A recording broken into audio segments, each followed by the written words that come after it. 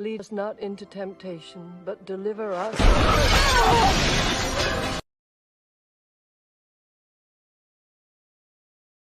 I'm not always going to only talk about what we can do for black people. So I'm not going to sit here and say I'm going to do something that's only going to benefit black people. No. This country is doomed. It is doomed, not just because of African Americans, but because by 2040, this country is going to be minority white European. Hear me? Minority white European. And you guys are going to have to start working more with Hispanics, who make up a larger portion of the population than y'all do.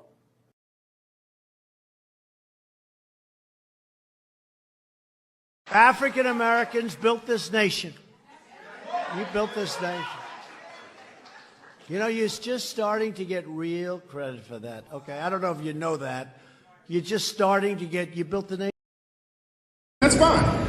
So we have our own reparations movement for foundational black Americans, and we can't include other people because, again, that muddies the waters. But again, I'm all for them getting reparations from the islands that were colonized by the British and the French. Define the term foundational black American for people who might not know what it is. Okay, foundational black American, that is a black American, or what we are known to be called as African American, a person who's black, who's not an immigrant. We don't come from an immigrant background. Foundational black Americans are the only group who are non-immigrants. You're the people who built the country from scratch. You didn't immigrate from anywhere. You were descendants of slaves who built the country. That's what all the foundational black American is. It's not an organization. It's not a group. It is a lineage specific to this land. So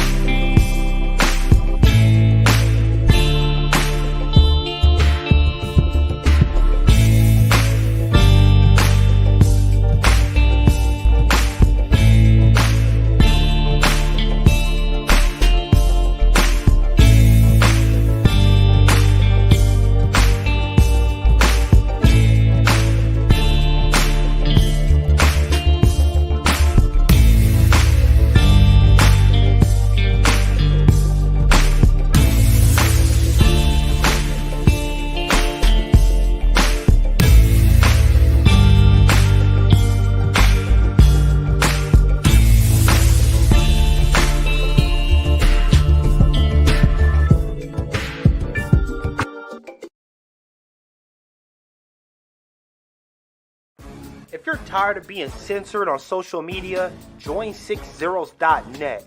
It's black owned, black operated, and black moderated, and we make sure it stays a safe space for us to talk about all things black culture. We also got some cool gear like the FDM cotton crew neck, the Fearless Ancestors tee, hats, and more. Check us out at 60s.net.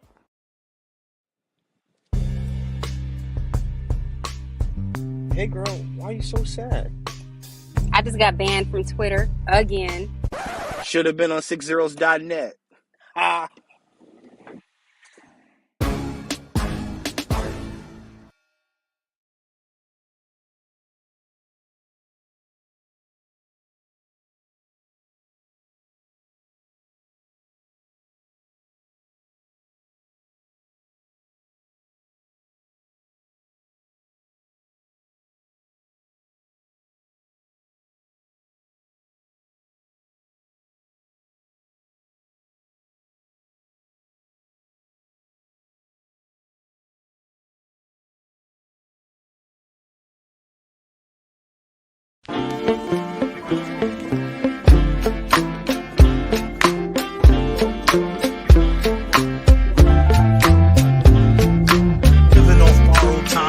Tick faster.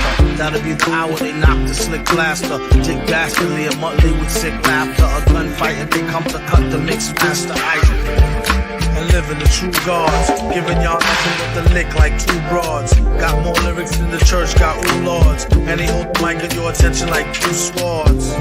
Or you the one with two blades on it. Hey you, don't touch the mic like it's AIDS on it. Welcome once again to the Beatzilla PDX official show. I am your host, Beatzilla PDX officially. Oh, you see that thumbnail. Yes, indeed. We are here once again for the weekly wrap up, and we have some things to talk about. And again, see here, the difference is this is not a troll space. So one thing we don't do is troll. We put things together, and sometimes, it looks a certain way to people in the know. And for those who just are looking for clout, it just is an opportunity to be contrary. Well, we're going to discuss it here today. So with that being said, welcome once again. As you guys are coming in, please hit that like button, hit that share button. And, if you have not already subscribed to this channel, then you should. And that way you can participate in the chat. You might have a friend or two in the chat that you want to converse with. So you should go ahead and subscribe now. So let's see who we got here. See who we got in the chat. Let's see. Capricornus. All right. Early Capricornus. One who cares. Welcome. Judah Queen. Nikki the God in the house. Brooklyn Queen 125. That's a name. From 125th. Okay. Troya Lee. Tanya Zion in the house. Robin Cooper. Dark-skinned brother. What is going on?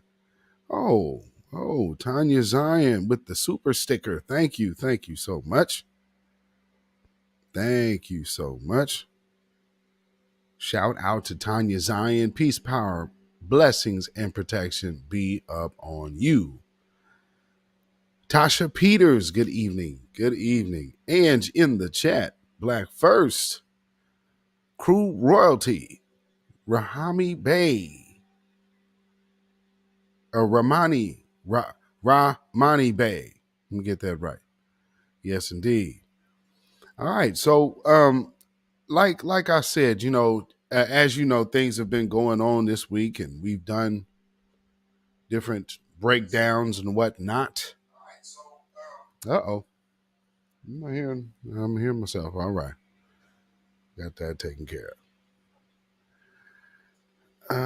So we have, like I said, some things pop up. And as y'all know, Tariq Nasheed is still going through with the rally. It's just now on November 5th. And as that's getting established, there are people now who, like I just said the other day, were celebrating. They were celebrating that, oh, well, you know, he couldn't get the permit. They had a hashtag, a trolling hashtag saying, secure the permit. Well, something else popped up on my radar. Unrelated to this, I would guess. You just can't help but notice who all chimed in on this one, right? Something I want to just refresh your memory on. As we were talking about reparations over the years, people would say, oh man, that's never going to happen because you can't do anything on race-based legislation. It's against the Constitution. And so what happened? We went to lineage-based reparations. Now everybody's up in arms. Blackjack 21. What's going on? What is going on? So as y'all know, we have a new Supreme Court justice who has just recently taken her oath into office and sitting in her seat and whatnot. I'm sure that this will be spun a certain way. And, you know, she does definitely, she's a lawyer. She's not stupid. So she does know how to actually break down the law and break down the Constitution.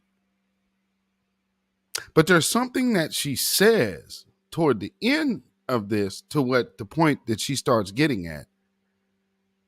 It kind of woke me up. So without further ado, ladies and gentlemen, the voice of your most recent and the first Black Supreme Court Justice, Ketanji Brown. Because race is taken into account, that necessarily creates an equal protection problem, because I understood that we looked at the history and traditions of the Constitution, at what the framers and the founders thought about.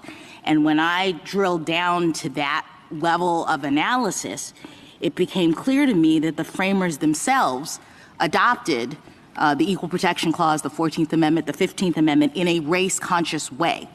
That they were, in fact, trying to ensure that people who had been discriminated against, the freedmen, during the Reconstruction period.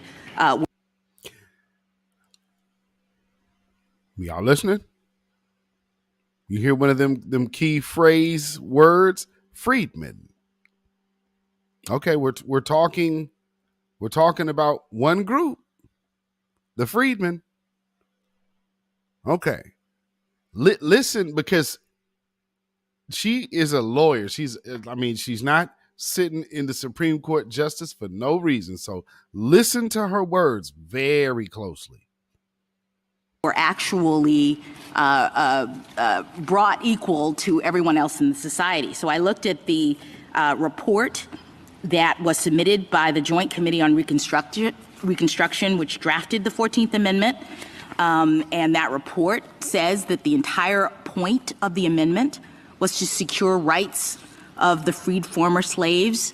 The legislator who introduced that amendment said that, quote, unless the Constitution should restrain them, those states will all, I fear, keep up this discrimination and crush to death the hated freedmen. That's not a race-neutral or race-blind idea in terms of the remedy, and even more than that.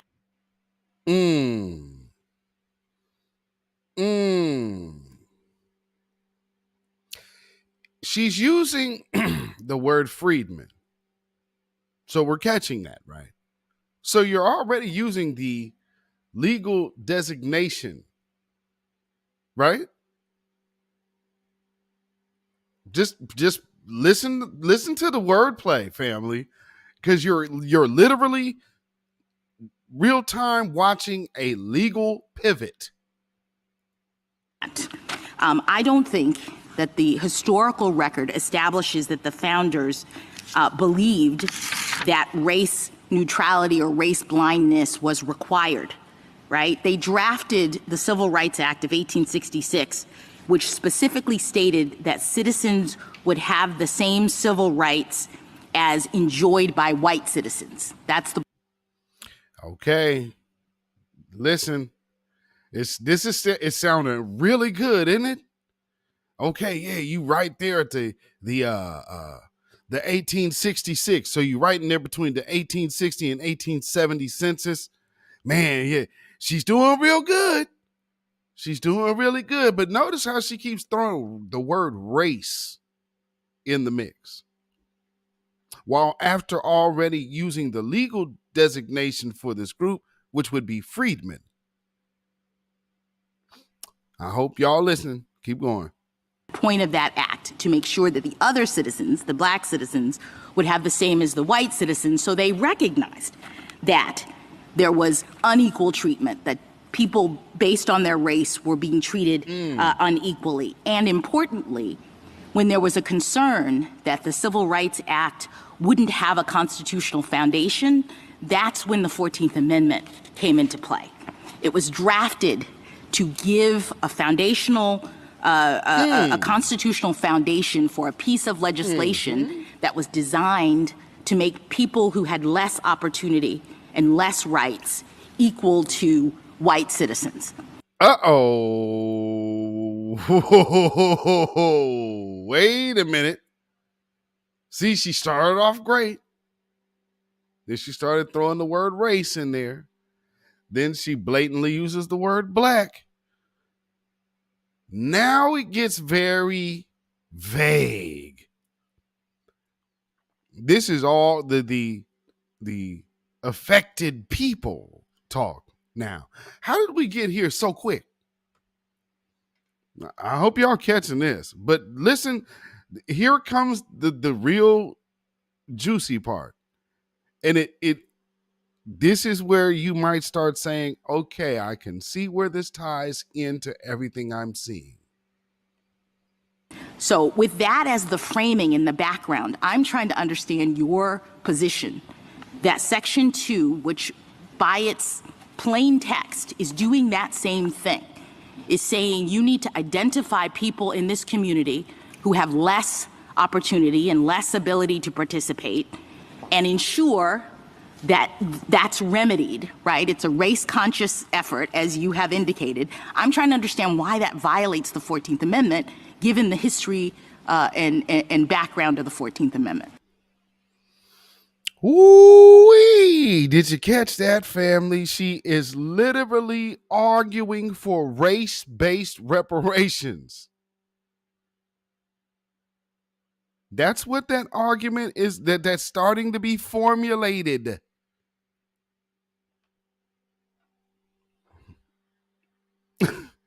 Enslaved based on race. Oh boy. Lord. See, when we saw the Jim Crow line,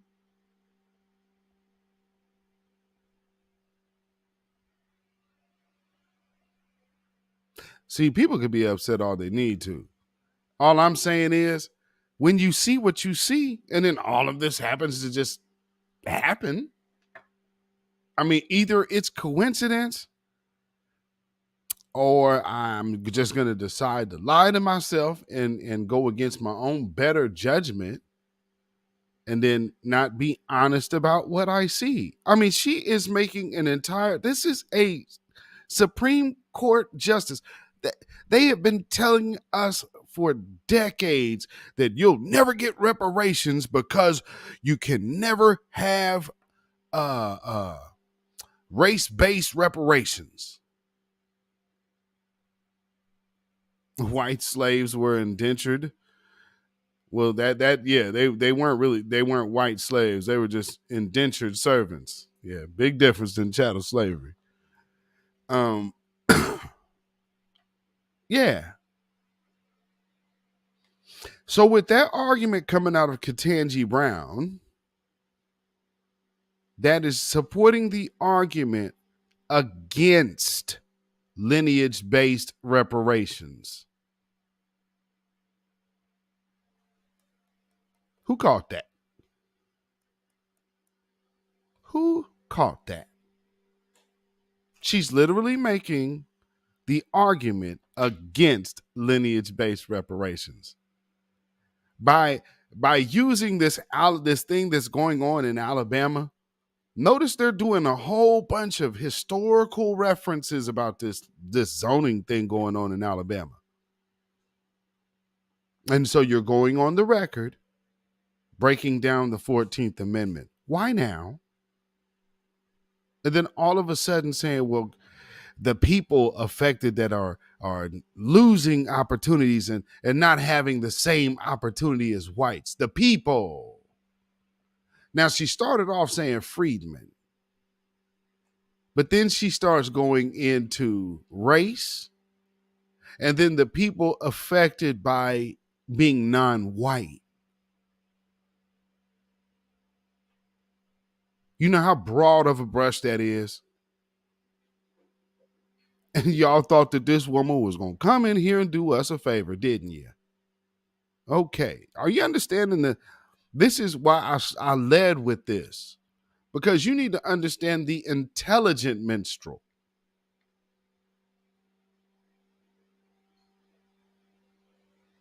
Yeah, they still going to turn they got all kind of degrees and can sit as a judge and wear a robe and turn on you all the same. That is treasonous for what she's saying, to be quite honest. What kind of disdain do you have for foundational Black Americans that is how you're feeling? Wow. Yeah, Robin Cooper, Biden picked her for a reason. Now get out there and start throwing legal monkey wrenches in the reparations conversation.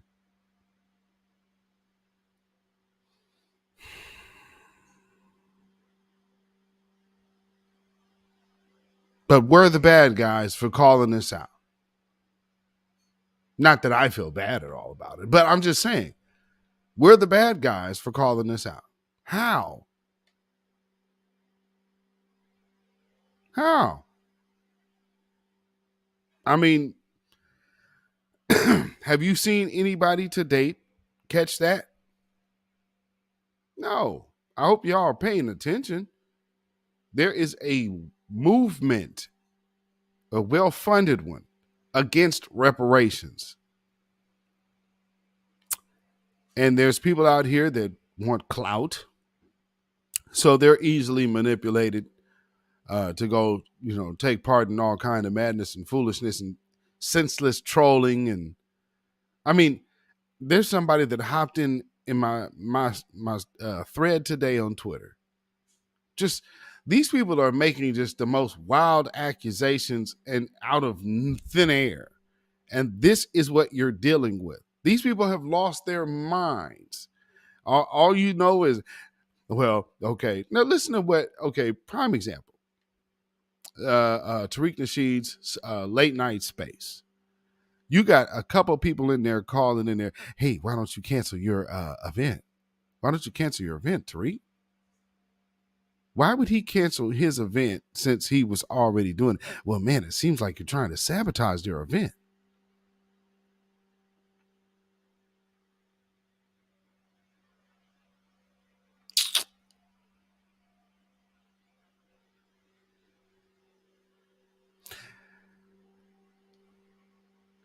If I had to guess, I would say that really means by having it at that time, you could mess with the vote.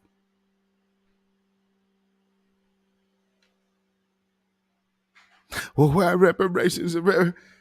One rally is not a legal court battle for reparations. So let's not let's not sit up here and act like, oh, well, they'll be confused and then they won't know between the two. Stop it. Please. I mean, these people are crazy, man. These people are absolutely nuts. But, you know, it is where we are today in society. So, again, we have to address all of these different individuals who allow themselves to be used. As, of course, we already know about Lizzo. But just, like, there's a few things about this. That and the Sarah Bartman photo. So, I mean, there's you know, it is just very questionable. In the meantime, there's all type of things going on everywhere. Now, I guess Samuel Logan, what's going on? Black women stand up. I see you. In the world of politics, and I did a little short broadcast on this, a news break, that Joe Biden is saying, hey, just wait for the moment when they tell you that Joe Biden, like low-level possession offenses, he's kind of decriminalizing or pardoning or whatever. Watch. There's going to be people coming out there talking, see, that was part of reparations. Ain't that like reparations? Mm-hmm. No, it is not. But, you know, just wait and see. There will be people, wait, you know, they just stupid. Okay. But all of this is all seeming to play into one storyline. You know what's so funny, though, right now?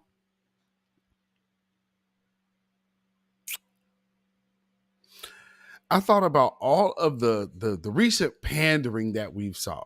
And, you know, we're going to play some of that tonight. The campaign ads and whatnot that we have been seeing.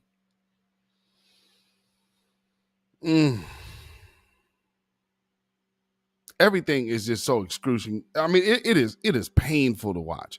But we see all these different campaigns. We're marching for, or not marching, but rally for reparations with Tariq Nasheed, not to be confused with other groups. But with the rally with Tariq Nasheed and the rest of the FBA family, I'm just paying attention to who is having issues. And then this happened today. I just seen this on Twitter. Is praying you get your reparations. Do you know how much money they're gonna make off weed the day after reparations? They're gonna have a reparations weed sale. A reparations Air Jordan special. A Harriet Tubman reparations Mercedes-Benz special. The worst thing you can do is give Negroes money without infrastructure. And that's why I look at a lot of the reparations advocates as opportunists. Okay. Because if you really care about black people, don't beg for the money now. Build our banks, build our schools, build our malls, build our factories, build our... Then you go get the money because you have a network to keep the money inside. Okay. But without no network, you're going to get that money and give it right back to the same people who paid it to you.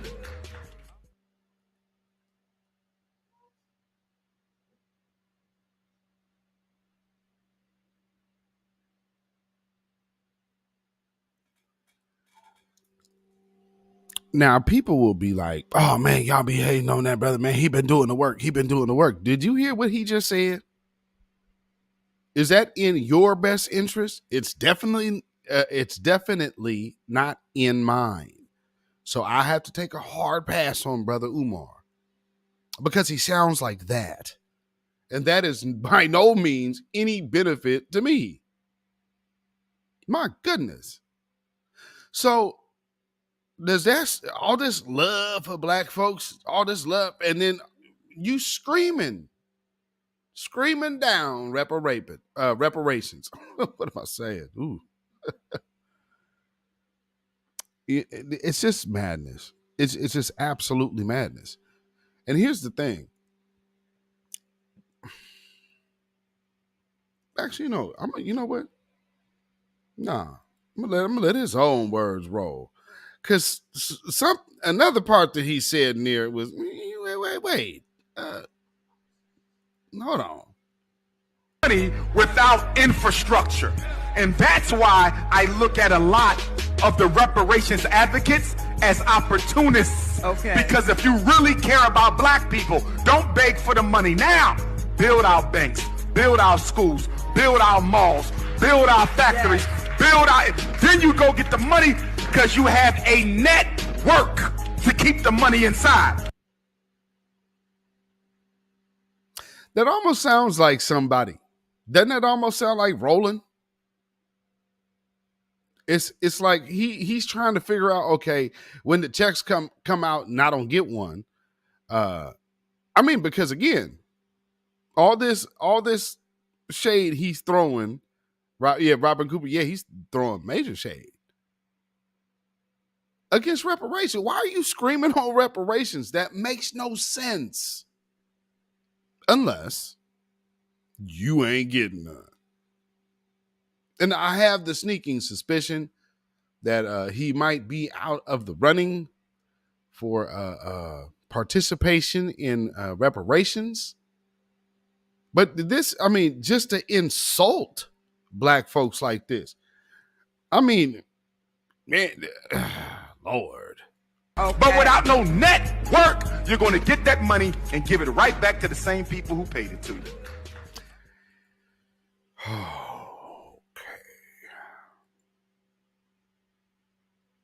See, when people call stuff like that out and then, hey, man, y'all just hating. Why don't you just talk to the... No. There's a reason and a rhyme and a reason why all the stuff you're seeing is happening, right? We are able to put 2 and 2 together, but like I'm saying, when you start getting people whom you like, then you be like, well, I don't know. You see how they're moving. You see how they moving. It ain't up to me. If a person looks like, like things ain't right and copacetic, all I can say is, hey, I'll take a pass. And people act like there's a problem with that. But I'm just noticing, there's a lot of things out in the wind that I'm noticing. Things are seeming to change in the media game. And there's minstrels on all sides. I guess we'll go to this one next.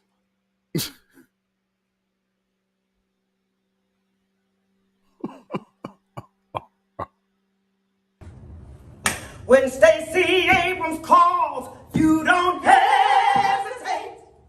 When Stacey Abrams calls, you go to Georgia State. We campaign because we love her. Love her. She's Georgia's next governor. Governor. Stacey is the truth. So get to the voting booth. Stacey is the one. She gets the job done. She gets the job done. Hey.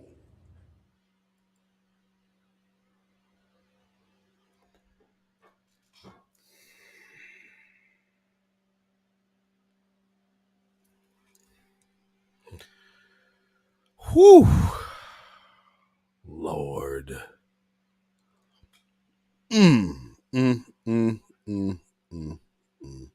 And people be like, hey, them your elders. No. And they're one who cares said foolish clown. Yeesh. Man.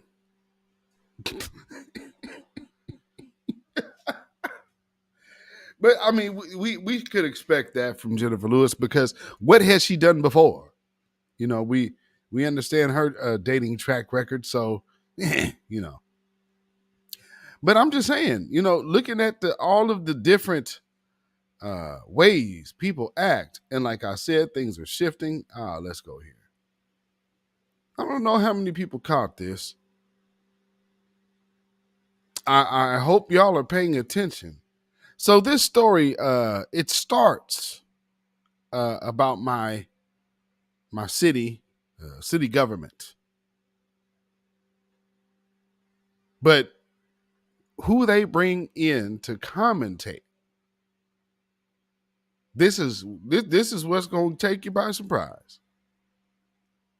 Or not. Smith podcast, and he joins me now. So you're in charge. We're going to make you president.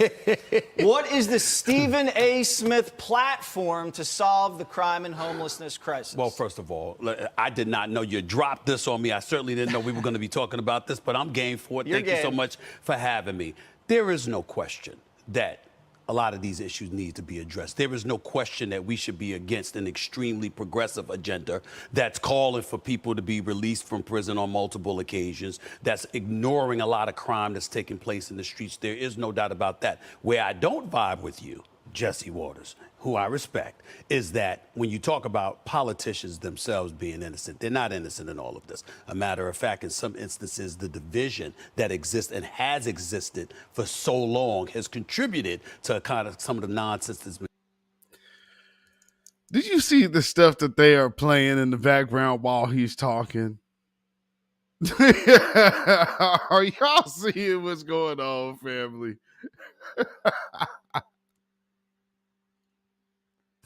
He's making his pivot, family. He's making his pivot. I hope you see it. He is making the strong Fox News turn. They just got all of these random, and then they got the videos running from the knockout game and whatnot. Man, we believe a majority of that stuff is staged. Kid Gravity said he talked on Sean Hannity too. Oh, really? Oh, Lord. Wow. All right. Taking place in the streets. It doesn't excuse it. Doesn't mean it doesn't have to be addressed. Where do we disagree? I feel like we're in agreement on everything. Okay. Well, I'm just saying. You said earlier in your great monologue how the politician. So all the crime that they're gonna show is all black. I mean.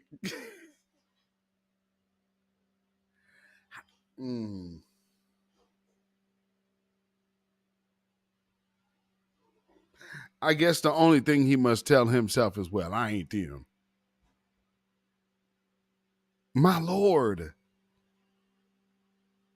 This dude, I mean, they just ran like a 40-second reel. They done ran a 40-second reel of just nonstop black criminals. All of them are black. You can see that. And while you got this dude up there talking about crime. Oh, man. Themselves were like innocent for crying. No, out loud. I'm not saying they're innocent. I didn't say that. Okay. I said they're acting like they're the victims when you call them out for not doing their job. Well, some of them. Well, actually, a lot of them deserve the criticism that they're getting. There is no doubt about that. But I would definitely be big time when it comes to addressing crime in the streets. Okay, good. The subway system in New York City, you're damn right I got a problem with that. Something needs to be. I'm a native of New York City. Yeah. I took the F and the E train all the time. I wouldn't want my family traveling on the subway right now. Here he is talking about crime. Do you take the subway anymore? I feel like you don't. Well, I don't. You don't. I don't. But that's only because when you get popular and stuff like that, you try to avoid crowds. You're too popular to take the subway. I was in L.A. The homelessness that exists there, I got an issue with that. Certainly, when you look at Gavin Newsom and some of the policies that he's put forth, you're talking about a lot of different things that need to be addressed. I don't agree with everything, and I'm not about to pretend that I do. Okay. I want to play some sound because a lot of people have been talking badly about Kamala Harris. Yeah. Now, I don't know if you're with her or against her, but this is what your boy Bill Maher said about her possibly getting dumped by Joe. Listen. It's very hard to take the nomination away from the president. Yeah, that's not going to happen. A sitting president. And what I could see is replacing the vice president, because she's not very popular Hasn't anywhere, panned out. and it didn't seem to work out. And I don't know. That's been done before on a ticket. I just think she's a bad politician, and I think she's a very bright person. She's bad. Do you think she's bad? I'm not going to go that far. I will say this to you. What? I think we got to remember the words that he said. He said she wasn't a great politician. He also acknowledged that she's very smart and he believes she's capable, but she's just not doing a great job as a politician. I, believe it or not, I think that she's a highly intelligent woman that unfortunately doesn't have an opportunity to showcase her intelligence. Really? She's got the second biggest job in the country. Well, she hasn't had the opportunity. Can I address that? Please. When you work for an administration, and you've alluded to other people running the administration, and you have all of these people literally telling you, trying to tell you at the very least, what to do, that's problematic. So you're saying...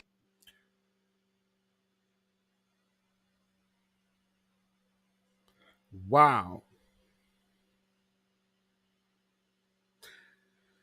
Whew, wow. Talk about tap dancing on the tightrope. Man. Black Alpha Network. What's going on, brother? Say he's auditioning for his next job as a Fox News heel. A bootlicker. Yeah, you already know, man. You already know, brother. I mean, this... like I'm saying, we are just calling it how we see it. And again, this is what they are presenting to Black America as this is what we are. This is what is supposed to be relatable to us. Especially during, and not only that, during an election cycle, this is how you relating to us? By all of this, so everybody's trying to figure out, well, hey, where do I fit? Because this, these folks are out of control, out of their control, because they're making demands now, and we don't have anyone put in place to change or sway the message.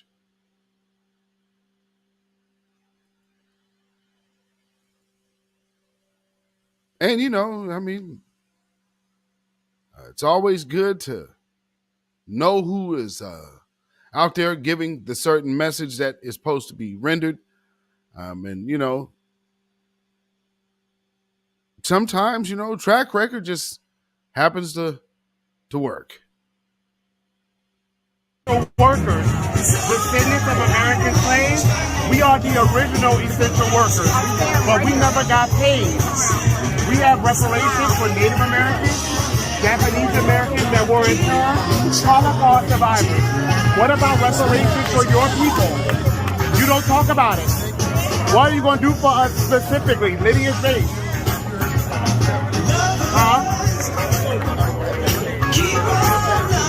When? When we going to chat? You got it? Thank you. Got some cash. Okay.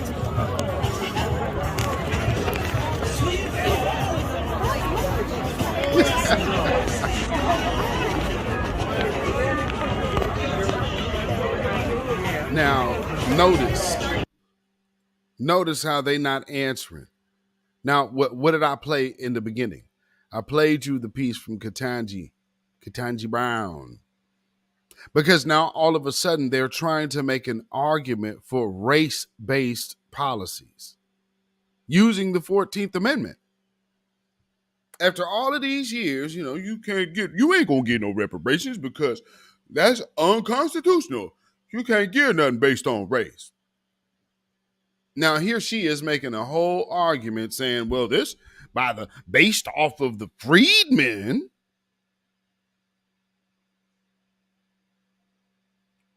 So you understand the legal designation of the group you're talking about. And for the group, that particular group is already telling you lineage-based reparations. You don't have to bring race into the conversation. Why would a judge interject race and basically, to paraphrase what she said, disenfranchised non-whites? Man, they're trying to all lives matter reparations, man. I hope y'all are paying attention. In the meantime, they're trying to, hey, you know, let's see if we can stall you out. No, we're focused. And no, we're not talking study, we're talking paper. Let's see, what's next?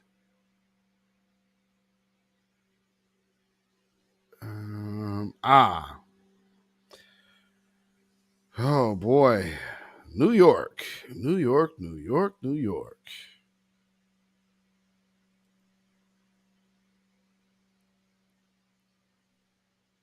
I don't know what to tell y'all out there, man.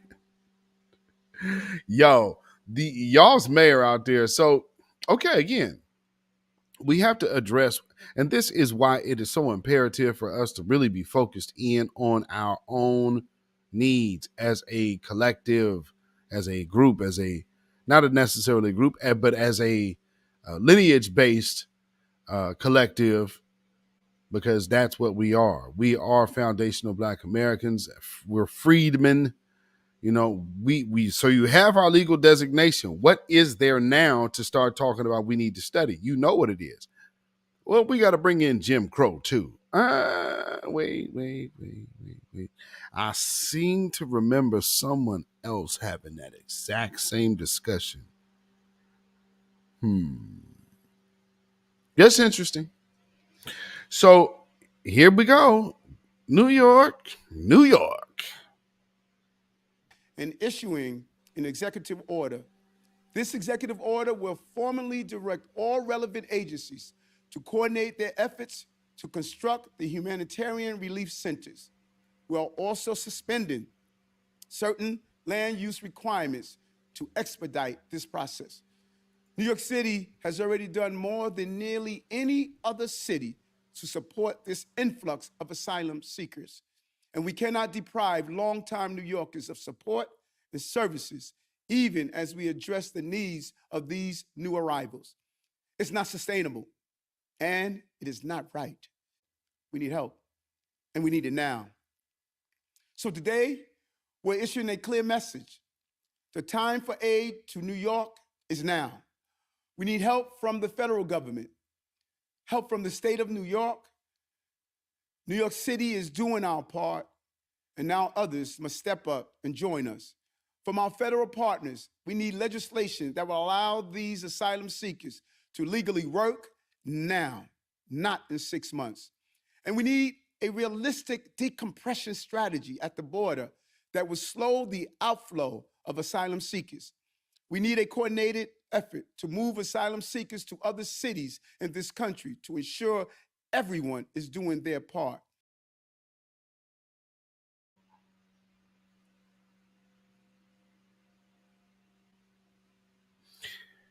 So, overburdened cities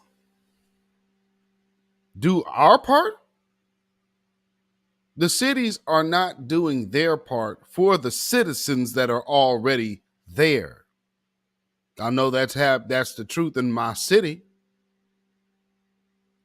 I mean, I can only imagine. I've seen videos of different places in New York and Philly, and you know, you already know what the stuff out west looks like, all the way from, I guess, Colorado. There's homeless people all over the place.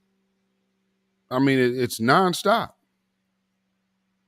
Absolutely nonstop. And this dude is just really, I mean, the fact that he's talking about shipped to other cities, I guess you must be talking about within your own state. So ain't that something the governor should be talking about? And Congress must pass emergency financial relief for our city and others. Finally, we need a bipartisan effort to deliver long-awaited immigration reform so we can offer people a safe and legal path to the American dream. We need to help here at home, also from our New York State lawmakers.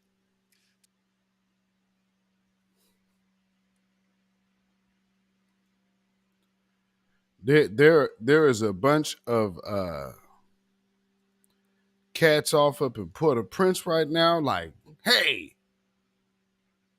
why didn't that work for us? Y'all remember the last one? They caught them in the water.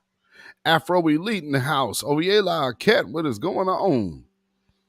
Black women stand up. Yes, yes, indeed. You are absolutely correct, man. Maxwell Jenkins. Yeah, you know, yeah. Man, New York, I don't know what is going on. I mean, as bad as it is, you're overstressing it. It's like, this is a growing building disaster and no one acts like it is.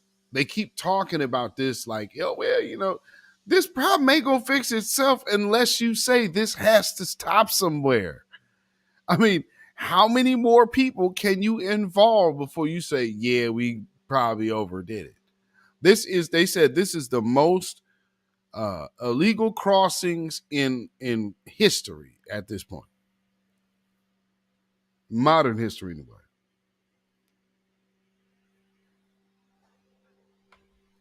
Go figure. In the same time, though, our community just getting toe up, decimated. I mean, not just black folks, but I'm talking about white people too. It's bad when white folks losing. And then they still looking at bringing everybody else over here. You got white people complaining? Ha! That tells you you in a sad state of affairs in this joker. Man, I don't know what people are thinking. It's a sad state of affairs. So let me see. Where are we going next?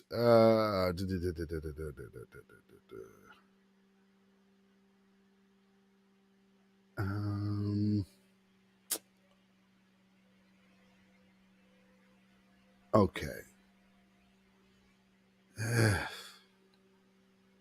I'm gonna do that later. This other thing happened. I didn't mean to put it in there. Wait, let me see how long this is. So this other situation happened with this this policeman put this little like 6-year-old, I guess she had mental I'm not sure the correct word for it, but wasn't completely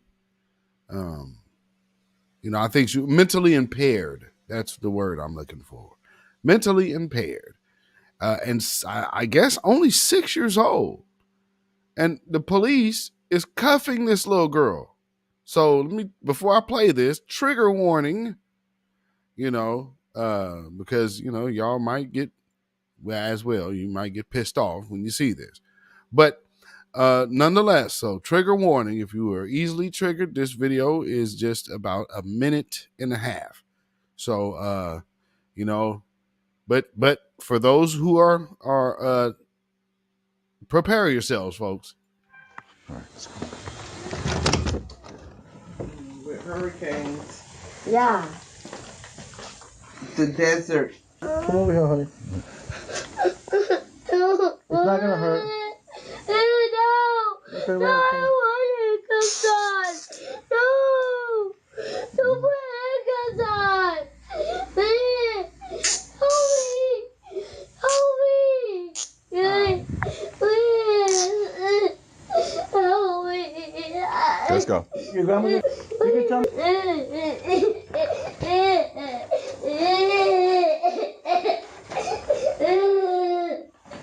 I don't want to go to the police car. You don't want to? No, please. You have to. No, please. Give me a second chance. You gotta go. I don't want to. You just use it.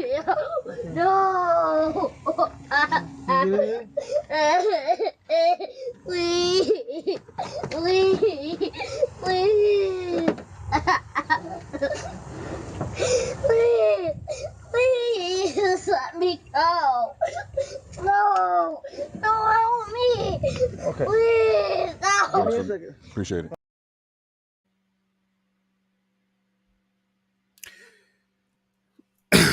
Can you see them arresting a little 6-year-old kid, white kid? I mean, could you even possibly think if that kid was of another race that they would be treated that way? Louis said, this is triggering. That's why I said, trigger warning. Yeah. Now, we don't have people out here talking about stuff like that. We have people talking about Roe v. Wade.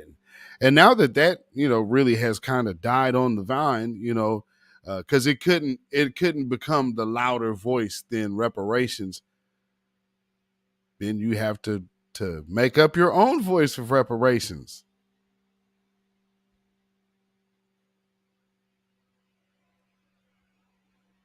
Ain't that how that worked? The company brand version?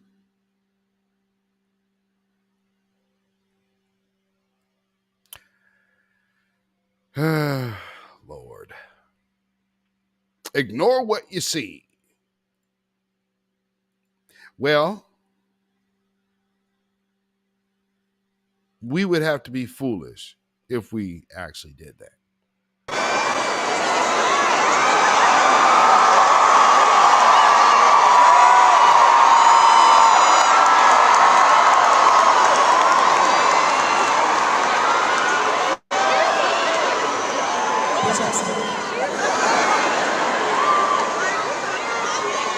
It's crystal. It's like playing out of a wine glass, bitch, so be patient.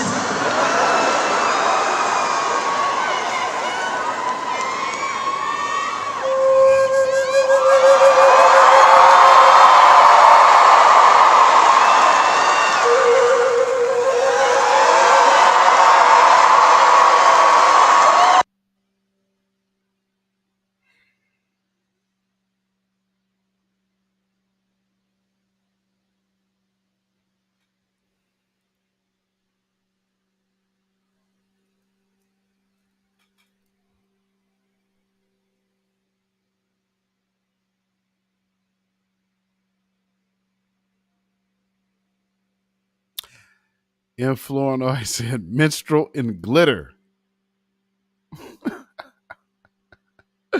Louise says she's talented, but yeah,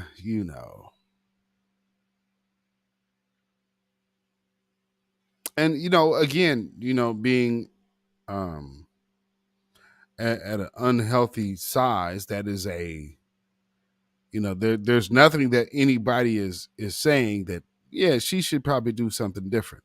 I mean, even Adele lost weight. But this is promoted. Just look at everything that they throw in our faces. It's like this is almost like the last hurrah for the minstrel. Because look how fast Lil Nas X came and went.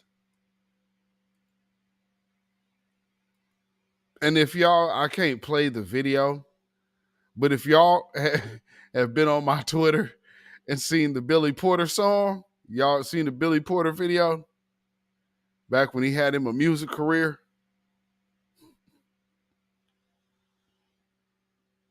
They got him up there uncomfortably booed up with the sister.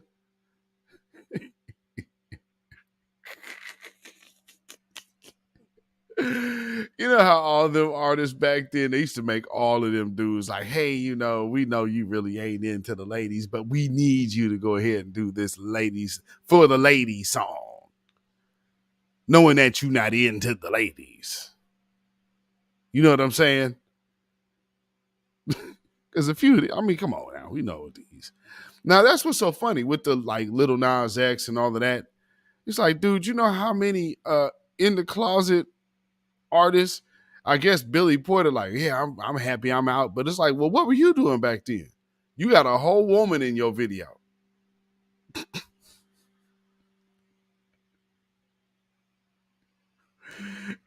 I mean, he doing the whole booed up, frolicking, because that's back in obviously it's like the mid to late 90s.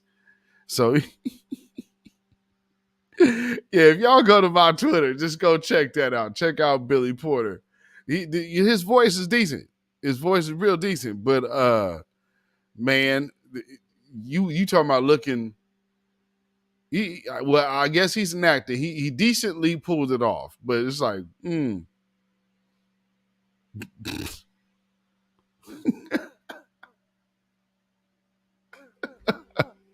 But like I said, he could sing. He did Glenn Jones' song Justice. He did Show Me by Glenn Jones. But back to what I was saying. It was like the spectacles of the Billy Porters of today, of what you see where he all dressed up like a woman. Unlike when his older video where he is snuggled up with a woman.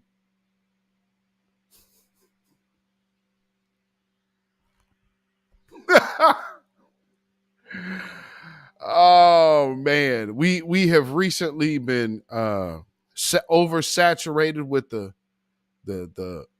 talentless hack minstrel that is Lil Nas X, and he is now being replaced by a more talented, savvy minstrel with a hydrogel tail and long nails, looking like a female. Trey Tracks, I think we got one. It's voting season, bruh. No voting, no loving. No voting, no touching. No voting, no nothing. No voting, no fucking. No voting, no fucking. No voting, no loving. No voting, no touching. No voting, no nothing. No voting, no fucking. No voting, no fucking. BLK app looking for some action. Swear the homie Scott was happening. Face is a 9, abs a 10, D is a to be determined. Oh, Saucy got Lil Nas X right on up out the paint, huh? They got them a real one this time. Like Lil Nas X, boy, you wasn't cutting it. You gonna get up here and dance naked in the shower. Okay, cool. Nah, let's get one who all in. And yeah, make no mistake, we're Saucy Santana at. Yeah, but family. Can somebody tell me what this got to do with like reparations or a crime bill or jobs? I mean, anything? Oh no, this is I'm just gonna say if you don't vote, then you ain't gonna be able to get none. Because those two are typically coupled together. I mean, some people might think maybe they're just getting all of their last-ditch insults out. Because, I mean, that's what this is. You know? You do understand that this is an insult now, don't you, family? Because this, jeez. Yeah, this is a for real insult. Don't see bro, the only red flag, he said he don't vote. This midterms for all the single Q. Wanna hit this booty, gotta do your civic duty. No voting, no loving. No voting, no touching. No voting, no nothing. No voting, no fucking. No voting, no fucking. No voting, no loving. No voting, no touching. No voting, no nothing. No voting, no fucking. No voting, no fucking. Yeah, don't stop now. Stop my ballot box again. But my homegirl through. Put the buying partisan. Politics be so nasty. Make me wanna flirt ya. Show you how to be a poll worker. Legs in the air, I don't care. Anyone could get it. Universal health care. If you wanna come before the deadline. Come in the jacuzzi, gerrymander this coochie. No voting, no love.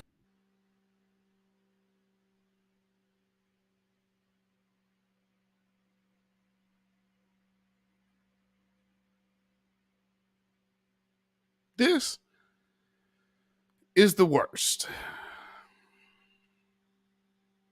I mean, this is just awful. And I mean, okay. This almost makes me want to go back and play that Umar thing. What's the difference between Umar and what he said about black folks and this. What's the difference? Is it not still the same thinking towards black people? I mean, this is ridiculous. No touch, no voting, no nothing. Can't let me down, gotta stand up for something. No voting, no loving. No voting, no touch. No voting, no nothing. BLK, we gon' stand up for something. Yeah, that's right. No voting, no loving. Here's the other thing. Y'all do realize that's still a shot at us too, right? Us in the grassroots, that's a shot. No and no. What do we say? No tangibles, no vote. So then they're flipping it. Oh yeah, that's a shot. You better know it. Yeah. Yeah. How about them reparations, though? Talking about gerrymandering. No, you better reparations this. If the coochie is to go hit the pose. Period. Period.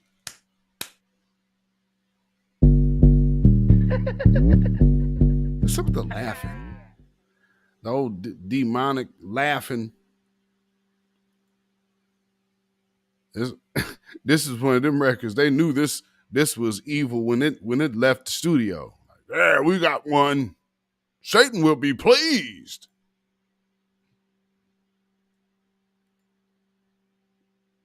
I'm just saying. Lord. I mean, hey, man, this degeneracy, man. And this is what is getting promoted as this is how you gonna get attention. I'm gonna turn the sound off on this. Cause this is from like TikTok, some madness. Y'all see this?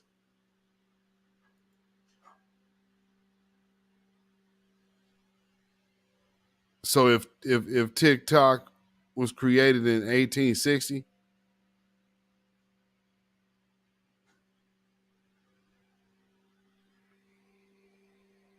well, number one, you would be a sharecropper because slavery was actually already abolished. Well, not technically abolished, but abolished by then.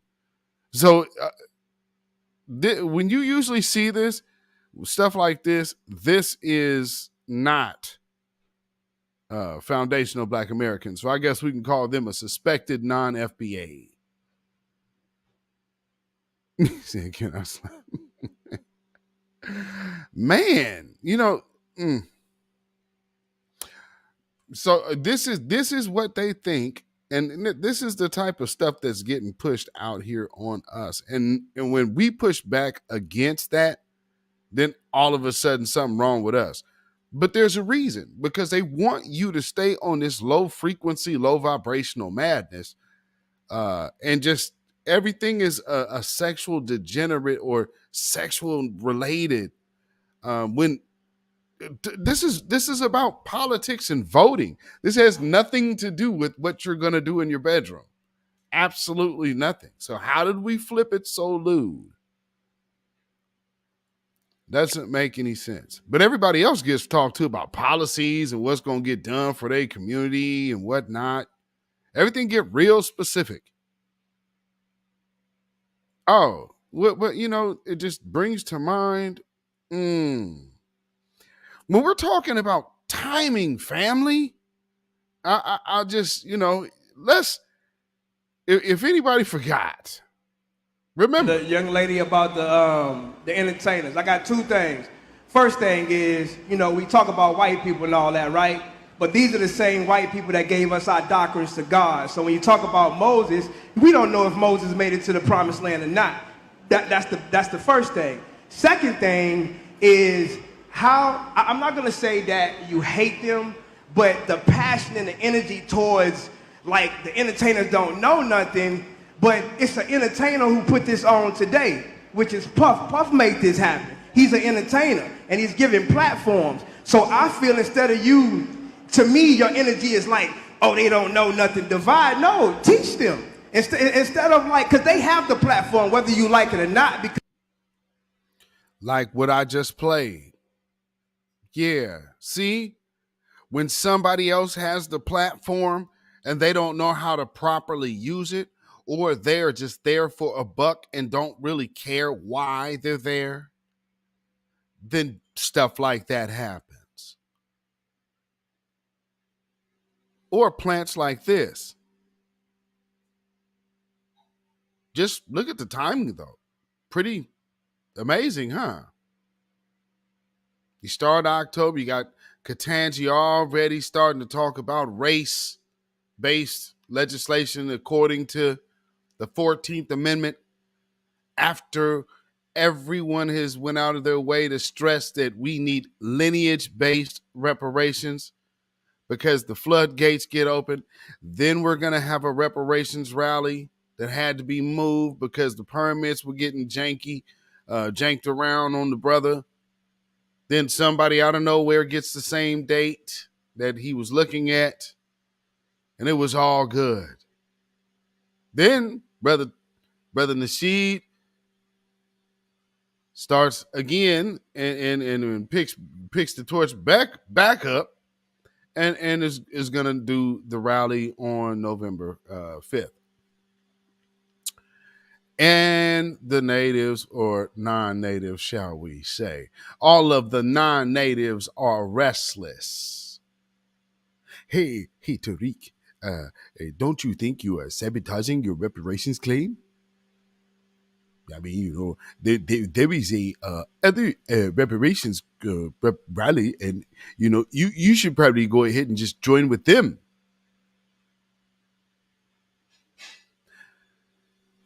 That line, and then you keep hearing it, and then you keep seeing it on the timeline on Twitter.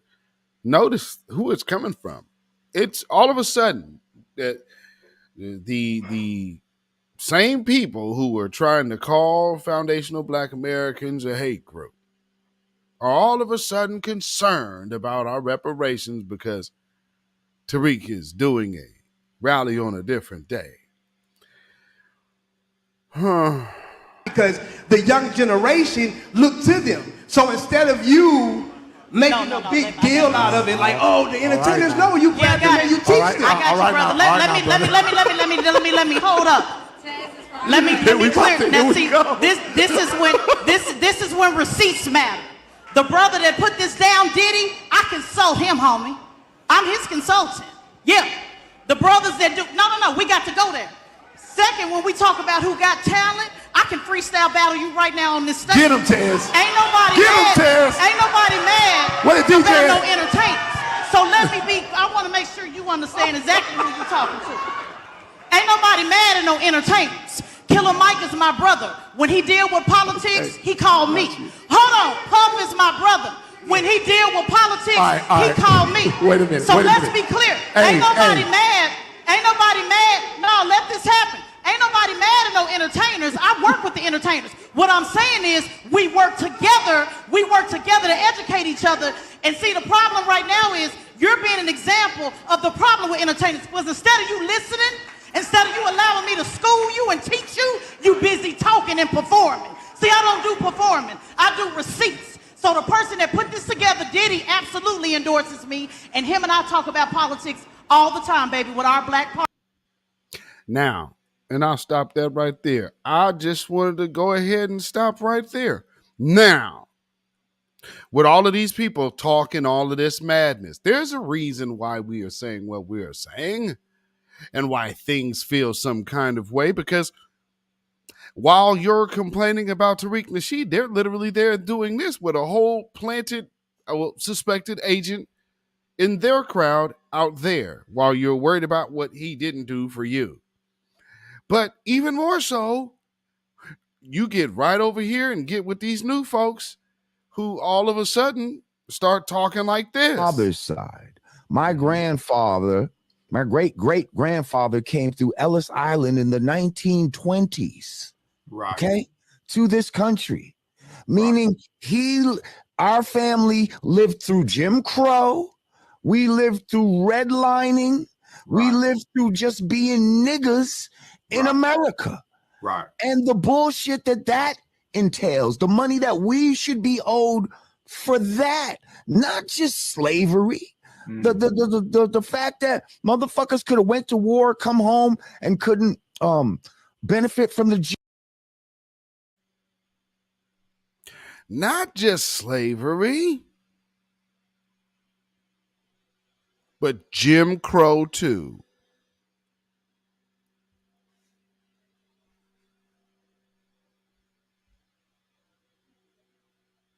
But we're not supposed to feel some kind of way when we see somebody using that language.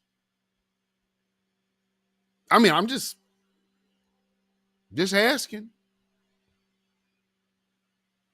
See, this is the how the conversation meshes with what you're doing. And then, of course, referring back to the latest Supreme Court Justice, Ketanji Brown Jackson. No, yeah, I believe that's right. To what she said now, she's arguing the legitimacy of race-based initiatives based on the 14th Amendment. Are you paying any attention? Terry Jones, we used to look on. Yes, indeed. Man, this is crazy, man. GI Bill and all that type of shit. That happened to not just descendants of slavery. These are people that came to this country and got treated like they've been here since slavery. Right. They can't get nothing to.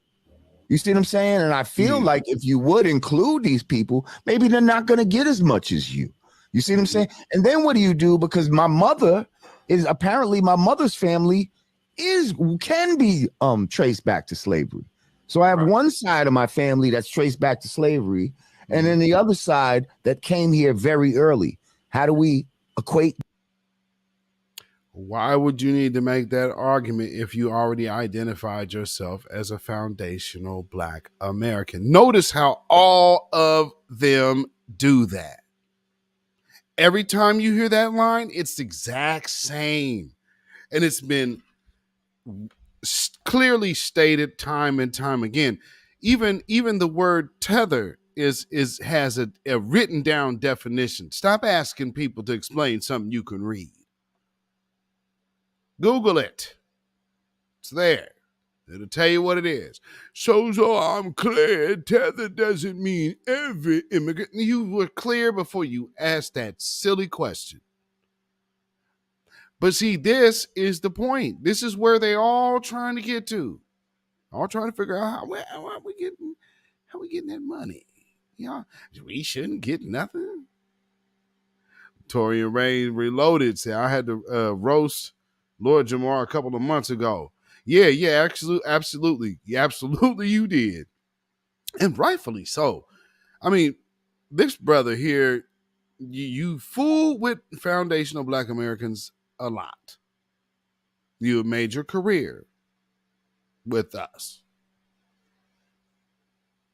Now, when it's reckoning time for this country's greatest sin, here everybody goes saying, hey, well, I mean, my family was here just in the last 100 years. I mean, doesn't that account for something of the 400 that y'all been here? No, it does not. It seems like we should be getting a check when you getting a check because, y'all getting all that money. And y'all just gonna go ahead and spend it up and you just gonna be doing this and doing that with your money. Just know, I mean, man, when you start hearing all that funny style talk, it's time to go on alert. Where this other video I got? Where's that? Is that in here? Because these folks be doing the most with it. Like, you guys can't just be content, and then you're going to go and get shoes, and you're going to go get Cadillacs, and you're going to go get Sevilles, and what y'all know about a Seville? Oh, man. And then everybody else, like, there's always the question, so So say you guys actually do get reparations. Is there any kind of plan of like building some kind of financial institution? Yeah, reparations, the day they cut that check, we all already have an established financial institution. But you know what's important? Us getting that check. You already see how these people are always try. So what are you guys gonna do? Stop it. Those type of people. Right. And again, I feel like if we found a way to include all black people who've been just suffering from racism, just the racism of America.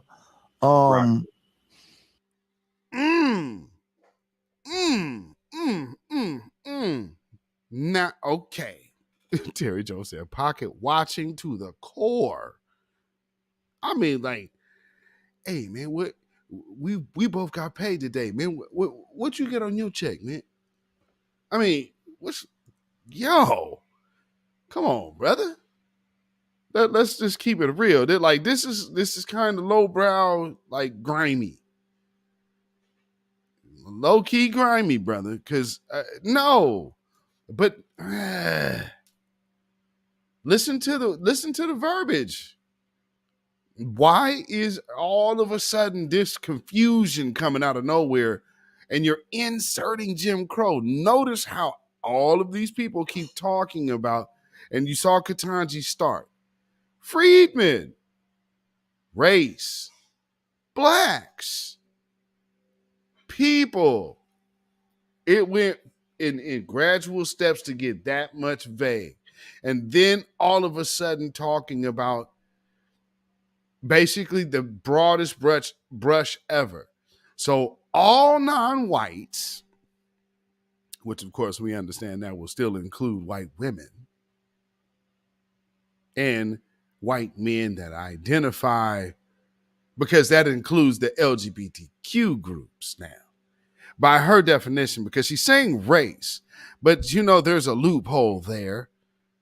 So pay attention, family. That man, they tricky. So that tells you that we are making great progress, and the pressure of paying reparations is obviously knocking on the door.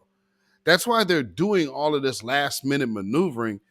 And it, make no mistake, instead of Ketanji Brown Jackson making her focus Roe v. Wade, she's talking about the 14th Amendment and race-based initiative. Y'all better pay attention. She's there to start muddying the waters for real. To where you might not could trace your shit back to slavery, but if you've suffered racism here in America, you know, you can get broke off a little something too. I bet you if you told motherfuckers that, you'd have a whole more swell of people supporting. You know what that actually says though, brother?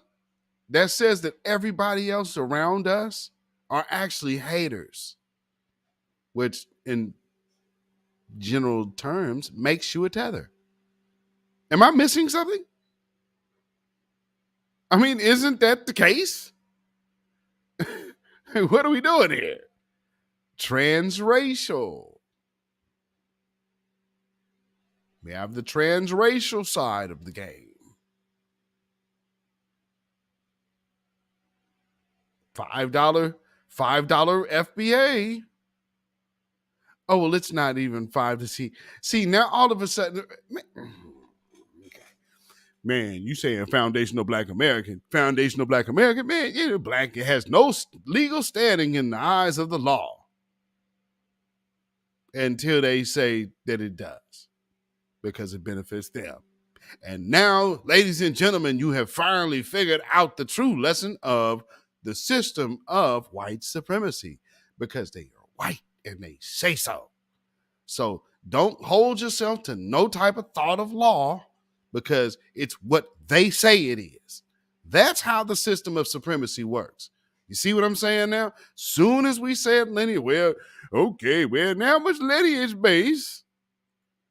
Well, hey, we got to figure out how to graft these other races into the claim. All of a sudden now you can do this? So it is constitutional to have race-based reparations. Imagine that. What are the odds that Ketanji Brown Jackson, that can't even tell you what a woman is, can tell you that you should be looking to support race-based initiatives or programs and such because of race and disenfranchisement?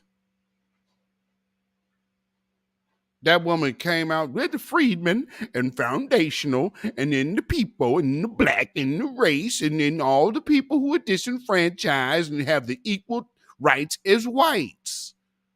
That's everybody else that ain't white or white man, straight white man. This one, man, yo, that is so doggone evil. It ain't funny. Kentucky Fried Brown. Still Kevin Trees. But I mean, ain't there something? Ain't there something?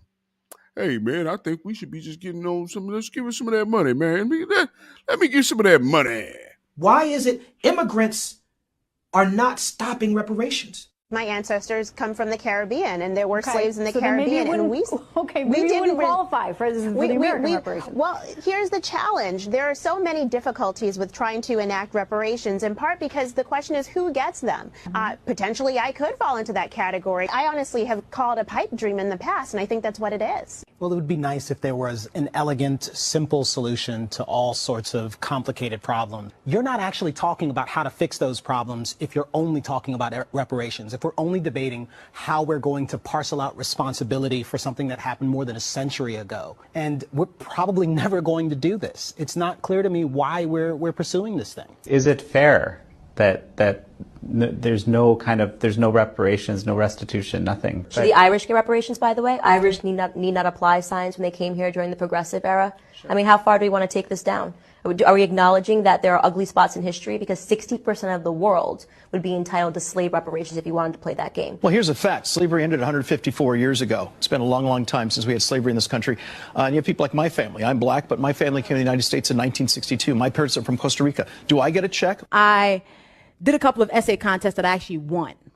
And I won like NAACP AXO award for this essay and something else. I can't remember another, like I ended up winning money.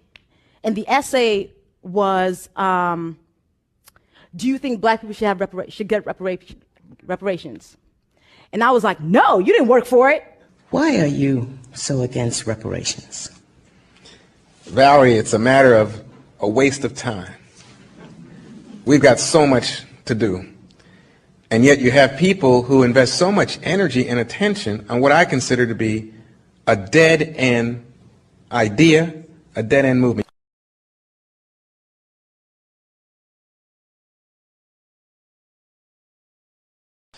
If we were to pay reparations today, we would only divide the country further. We would insult many black Americans by putting a price on the suffering of their ancestors.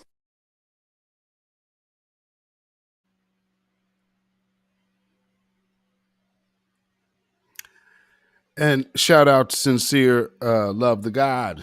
Going from that to this. That white folks and Chinese is praying you get your reparations. Do you know how much money they gonna make off weave the day after reparations? They're gonna have a reparations weave sale. A reparations Air Jordan special. A Harriet Tubman reparations Mercedes-Benz special. The worst thing you can do is give Negroes money without infrastructure. And that's why I look at a lot of the reparations advocates as opportunists. Okay. Because if you really care about black people, don't beg for the money now. Build our banks, build our schools, build our malls, build our factories, then you go get the money because you have a network to keep the money inside. Okay. But without no network, you're going to get that money and give it right back to the same people who paid it to you.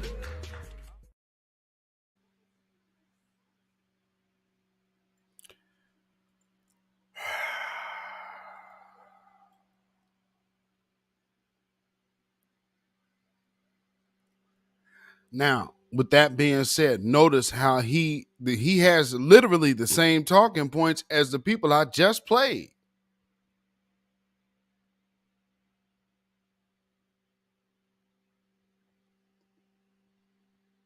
So when y'all get out there, hopping out there, doing all that vouching for people, you better make sure they're not talking like this.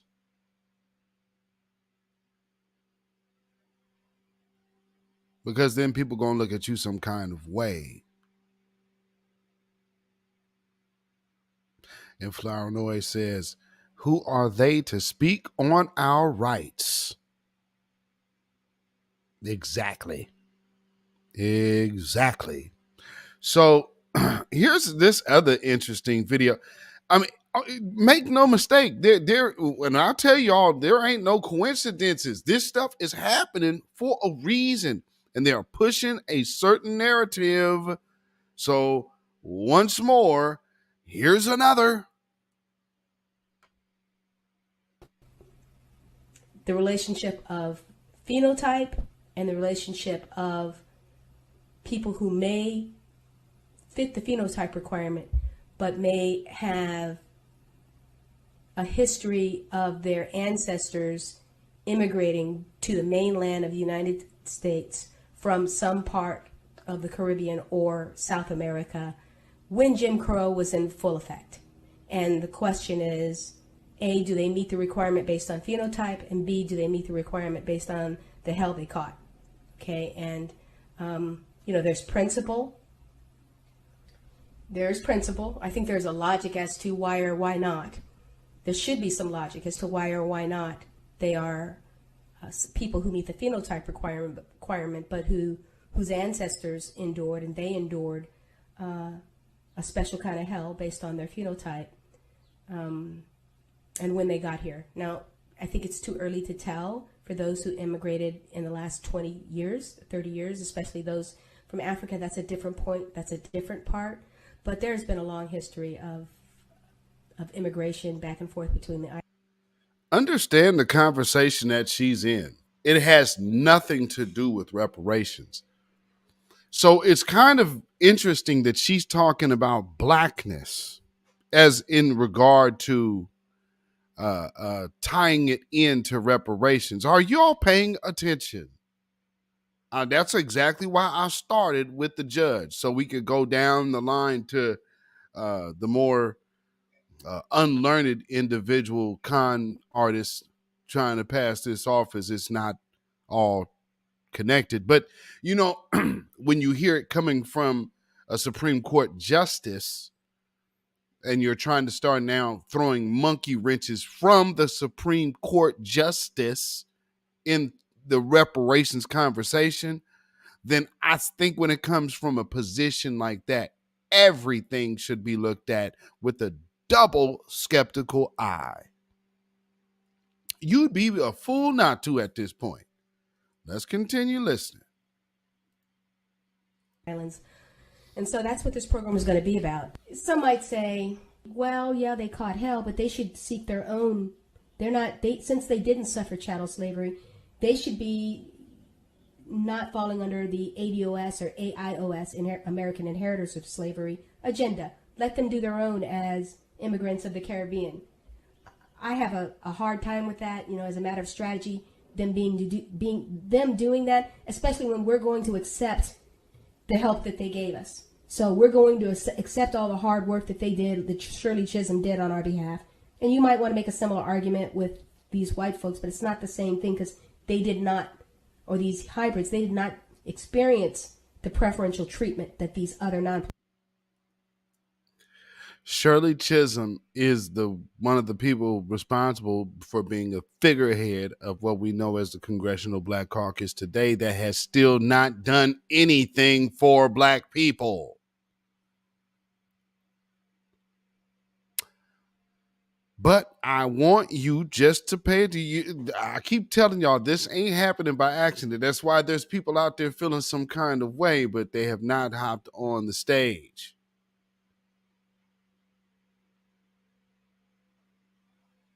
Because all I'm doing is just connecting the dots.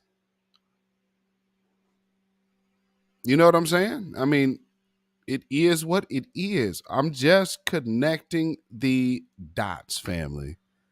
You know?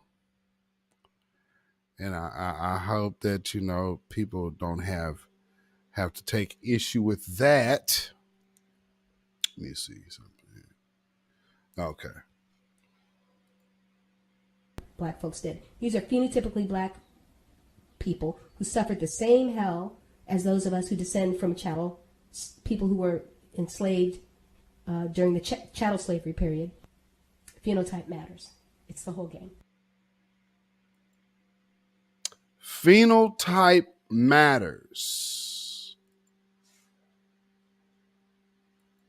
No, it does not. Lineage matters. Phenotype does not. This whole, oh, well, we suffered because we look like you. No. Well, what about Shirley Chisholm? What about her? I mean, Stokely Carmichael knew what he was fighting for reparations for the enslaved people here. And yeah, you can definitely know that those people, even down to Marcus Garvey, had a very clear understanding of the difference. If you don't believe me, then just ask Brother Malcolm X. I think you're right there. I would not limit our employment demands to Negroes. I would include Puerto Ricans and other minorities throughout our country, which have been similarly discriminated against, though not for so long a period of time as Negroes. Puerto Ricans weren't enslaved. Yeah, this is a problem that stems from slavery. And this compensation, yes, sir, this compensation is coming to people who were enslaved by the white man for 400 years. The Puerto Ricans don't even fit into this picture. Well, they do fit into it. No, they do fit into it. The problem is the Negro problem. They're not lynching Puerto Ricans. If a dark-skinned Puerto Rican went down to Mississippi, he probably would be lynched too. Spanish, he wouldn't be lynched. No, they don't. It's the Negro here, and as long as he can speak Spanish or some other language, or if he ties his head up with a turban or something, he can go anywhere in Mississippi or in your home that he desires. You're not aware of the fact, are you, that African students have been arrested in our demonstrations in the South? When they speak French. When they have been mistaken for the so-called Negro in America, they've been arrested. What I'm saying is... Afro Elite said it's not about how you look when it comes to reparations. Exactly. And that is, it's so funny that they're trying to get into that conversation now. It's kind of interesting that it's all happening at once at that.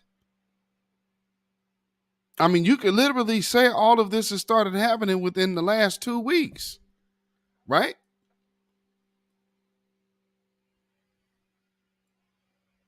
And then, you know, they've like, oh man, you know, Tariq Nasheed, you know, you lost your you didn't get your permits.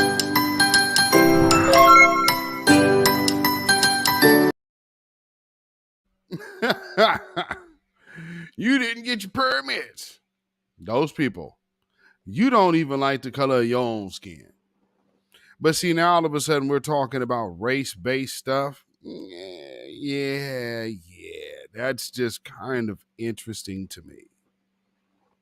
Especially, you know, and then here's another thing. We're talking about people with groups and people who were down with certain other entities and organizations and such, which they'll always mention, but they always want to stay away from foundational Black Americans unless it's Roland. I think Roland is their designated, him and Tiffany Cross, the designated attack dogs against grassroots and foundational Black Americans in the new Black media. So, but never forget, y'all are all the little wayward children of ADOS. That's all you are. That's all you ever will be, is little wayward children. You are nothing. You did not create yourself. I'm your mother, like it or not.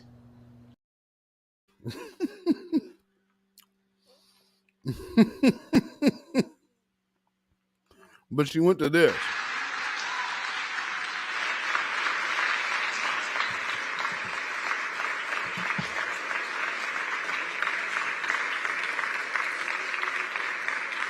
Mr. President, thank you.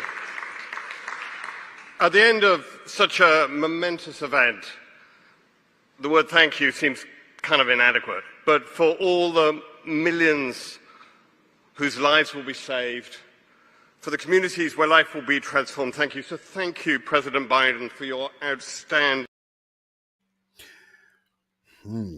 Now, this is supposed to be the commander-in-chief. Who is the people that is attacking the reparations movement? Who are those people? Because I don't think that's just directly coming from him, but he clearly has help. You know, he clearly has help. Like, you know, some people think that this person might be.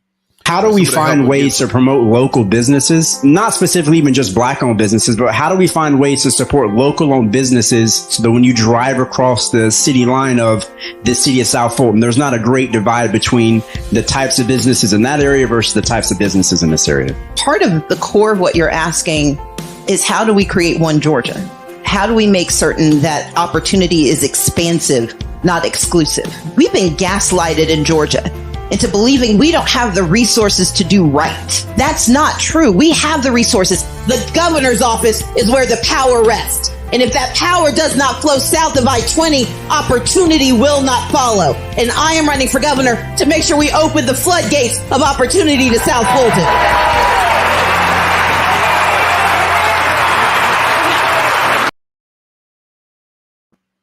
Wow, the piped in claps.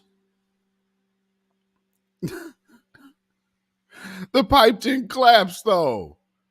That's hilarious.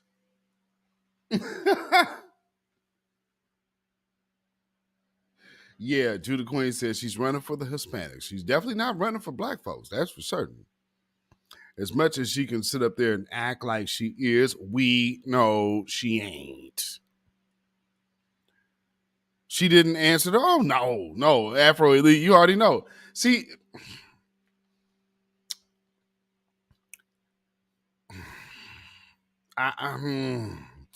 okay, prime example. Afro Elite says she didn't answer, though. Y'all have heard all of these seen all these vetting videos of these spaces and whatnot. You hear them direct questions getting sidestepped and maybe even met with aggression or a little bit of irritation or something of the sort. I'm just asking.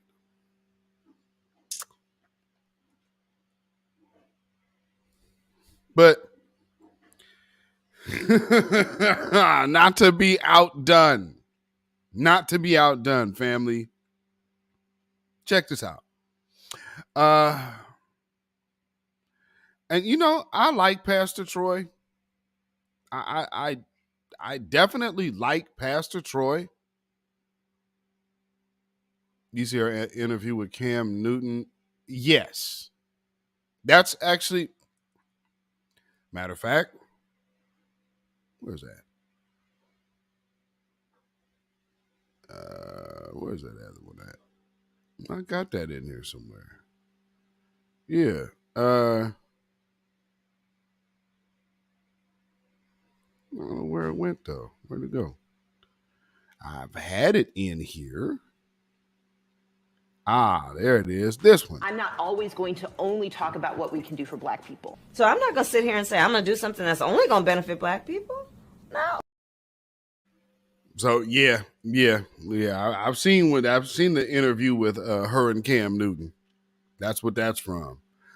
But again, like I said, family, I like Pastor Troy.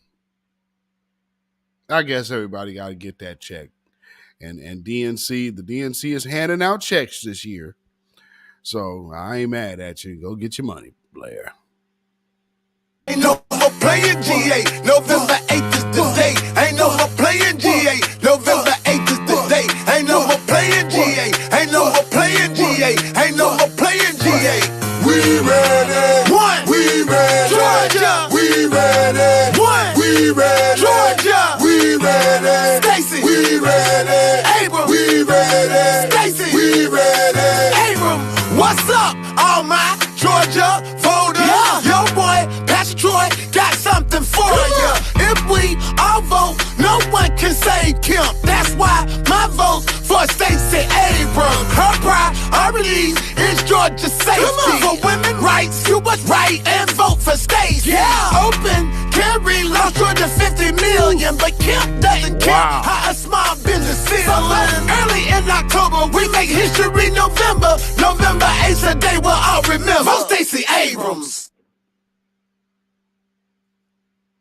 Yeah, shout out Nas Escobar for catching that. Yo, see, this is what I'm saying, man. They don't. When you got these type of individuals out here who have so little respect for your community that it is only entertainment.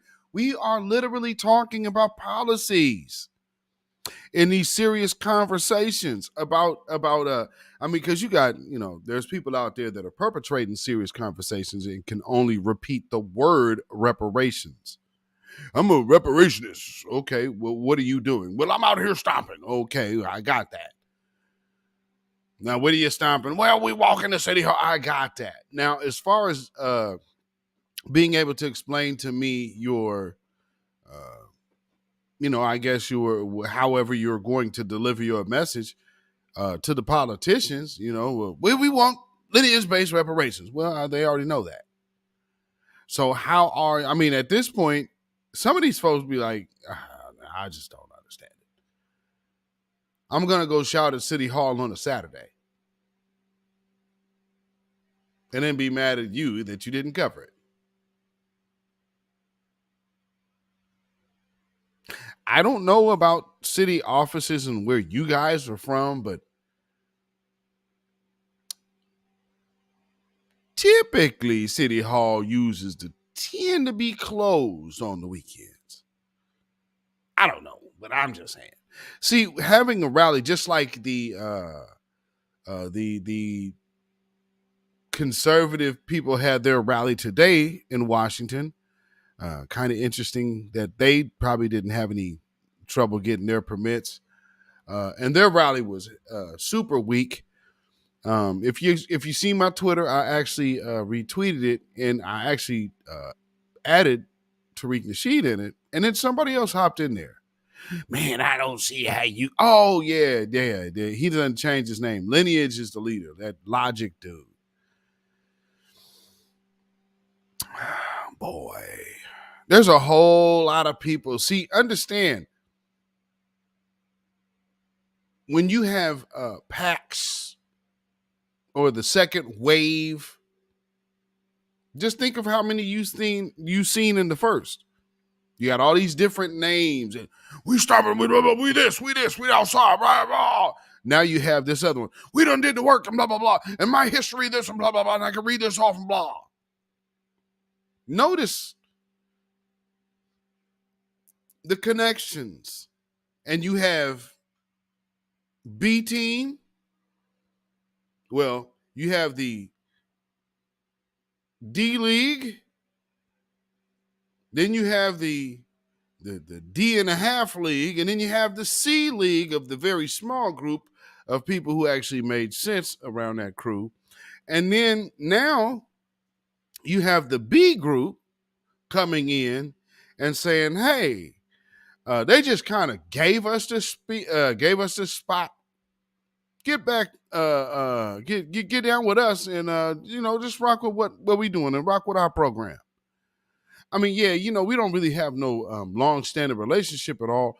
But hey, man, on this particular date, man, won't you come on out here and come rock with us? I mean, I done already seen them alphabet people at your house and everything. And, I know that you was already doing this, but I'm going to say that I didn't, although one of the people speaking in the rally has been over here and clearly knew that it was happening. But, I mean, that's neither here nor there. And one thing I can say, that brother Naheem is absolutely well versed on reparations.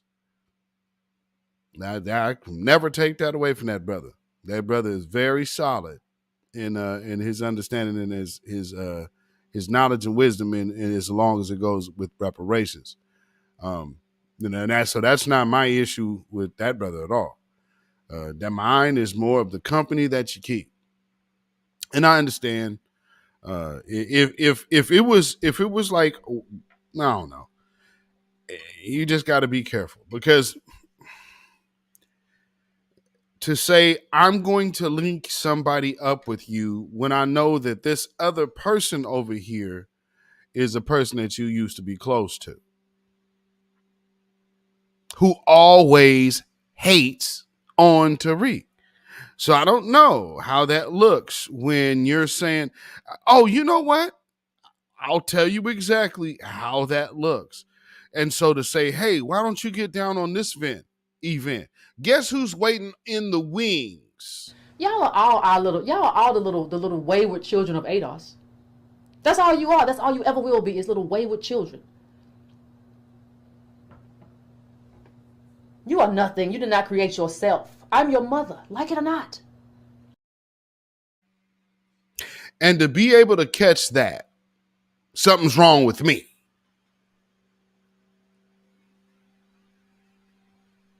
I don't have to have no conversation. I understand the relationship. And it may or may not be the case. What I'm saying is, why take a chance? Because here's this brother going out here to go help y'all event, and who knows? Lord knows what's going on. Who knows what the security look like in anything? And so you want him to go into a den of strangers to support what you're doing that is in the place of where his original date actually was. That's super duper off. And so now I look at, you have to have integrity on that end. And so if we're going to, like I said, go the spiritual end of the thing and say, I'm this, I'm that, I represent this high moral standard, one big things that a person with that type of, if you are that, you have a wisdom, knowledge, and understanding, which automatically makes you privy to being able to read a room. So when I see that, and I see that it's not happening, and it's very telling. It's very telling to me. Who knows what other people got going? I can't say. But I just know, for me, and just watching how the people are trying to jump out the window for this dude on people that they don't know, of course, that's weird. Hey, you just this and that and this and that. And then also the little Tara Perry people, like, I'm again going back to April 9th of 2021. My first run-in with Tara Perry. And so when you see these type of weirdos that always try to like make up stories and then attach them to somebody, that's what you believe in. Yeah, she's one of them. Like, she's like she's like our local Djibouti. That's basically what Tara Perry remind me of Djibouti. Like, she's like you got one, you got the other. Here's our resident Djibouti. Here's the immigrant Djibouti. You guys should meet. Because trolling is your specialty, and you're both weird as hell and got that real weird stalker energy. So, I mean, you guys should probably be friends.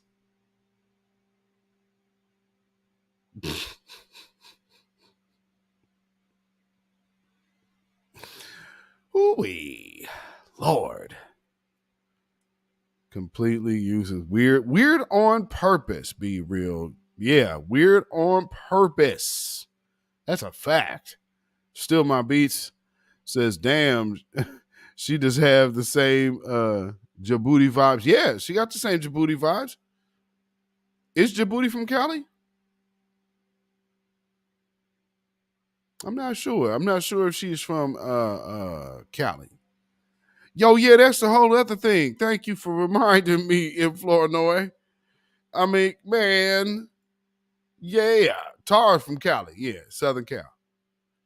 She likes to say that she's from South Central. She's not. Come on now. And then she got the whole essay as she up there with the essay. Oh, he's my campaign manager. I didn't have any problem posting this video. Well, I'm just saying it just looks kind of strange, ma'am, but Reparations. Who's the white dude? Oh, he's my campaign manager. Okay. Just looks a little weird. I mean, don't mind me about your bad optics.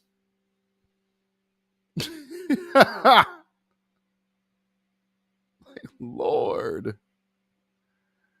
Okay, oh man. Where is that at? Good grief. You know, when you think you got videos in your queue and then you don't see them. But here's another one. Man, shout out to Fat Joe. Here is the proof that Fat Joe is an absolute fraud and con with all the stuff that he's been doing here lately. Because check this out. One of the lines that made this song so famous is when I go Boricua, Morena, and what Boricua means Puerto Rican and black woman. That's like my love to the music, you know? My love thank you to the black people for accepting Boricua. Thank you to the black people for accepting Boricua. Thank you to the black people for accepting Boricua.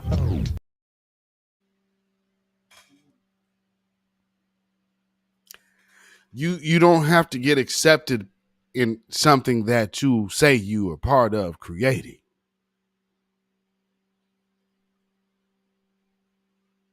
Don't that make sense?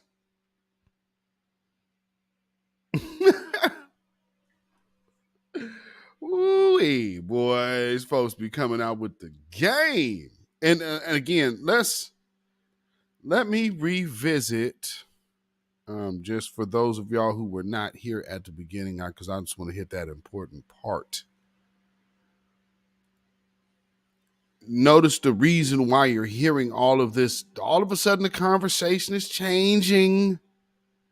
Oh, now all of a sudden, let's do race-based in the 14th Amendment. And I don't see how you can't justify doing something based on race in the 14th Amendment. Wait, what?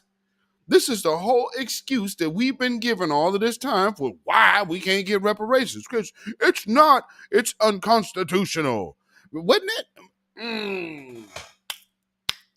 Prime example, family. Who was it that said and told all of these black folks that he ain't gonna do nothing against the Constitution? It was literally in the same meeting. This country is doomed. It is doomed, not just because of African Americans, but because by 2040, this country is going to be minority white European. You hear me? Minority white European. And you guys are going to have to start working more with Hispanics, who make up a larger portion of the population than y'all do. So in that same meeting, he talking about he ain't gonna do nothing against that is not constitutional. Well, let's hear a Supreme Court justice talk about what should be considered constitutional or not when it comes to race. Specifically stated that citizens would have the same civil rights as enjoyed by white citizens. That's the point of that act, to make sure that the other race neutrality or race blindness was in terms of the remedy. And even more than that, I don't think that the historical record establishes that the founders believed that race neutrality or race blindness was required right? They drafted the Civil Rights Act of 1866, which specifically stated that citizens would have the same civil rights as enjoyed by white citizens. That's the point of that act, to make sure that the other citizens, the black citizens, would have the same as the white citizens. So they recognized that there was unequal treatment, that people based on their race were being treated unequally. And importantly, when there was a concern that the Civil Rights Act wouldn't have a constitutional foundation, that's when the 14th Amendment came into play. It was drafted to give a foundational, a constitutional foundation for a piece of legislation that was designed to make people who had less opportunity and less rights equal to white citizens. Did you just see the pivot? So she took black completely out and said people. This is a lawyer. She knows exactly what she's doing. Y'all catching this?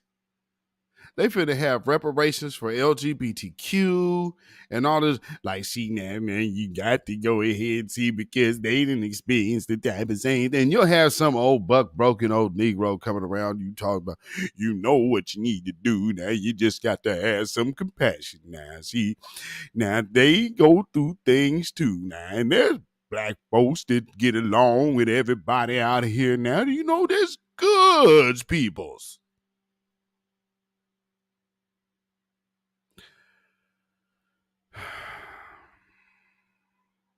And so people say you should just get behind something blindly. When you have a Supreme Court justice purposely mucking up the conversation of lineage based. Why is this happening now? The whole excuse was that you can't give reparations based on race.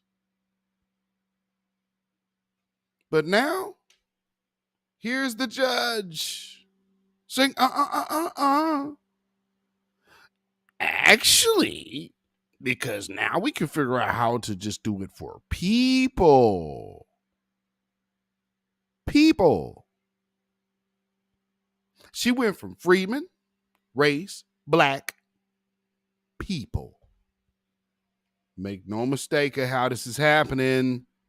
And here's another thing. You got people with BLM ties, people with ADOS ties. Yeah, come on here and validate this, y'all. That was designed to make people who had less opportunity and less rights equal to white citizens. So with that as the framing in the background, I'm trying to understand your position that Section 2, which by its plain text is doing that same thing, is saying you need to identify people in this community who have less opportunity and less ability to participate and ensure that that's remedied, right? It's a race-conscious effort, as you have indicated. I'm trying to understand why that violates the 14th Amendment, given the history and background of the 14th Amendment. So she's literally trying to get that, man, Cheryl Grills. Shout out to you, boy. Y'all little club is working hard. Man, I hope y'all are paying attention. This is a very well-funded movement against our reparations. Pay attention. It's not happening by accident. Well, yeah, we're going to have a few congressional people, like the brother said earlier, Freudian slip. Because look at how, you see how this was being set up? Do y'all see the whole setup?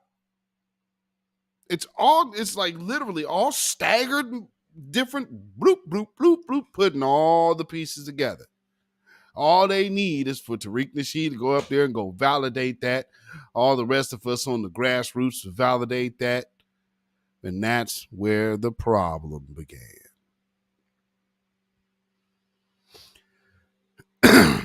So you got get your booty to the polls all of a sudden out of nowhere.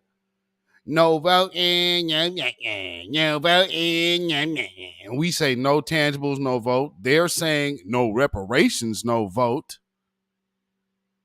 But look at it. No whatever, no whatever.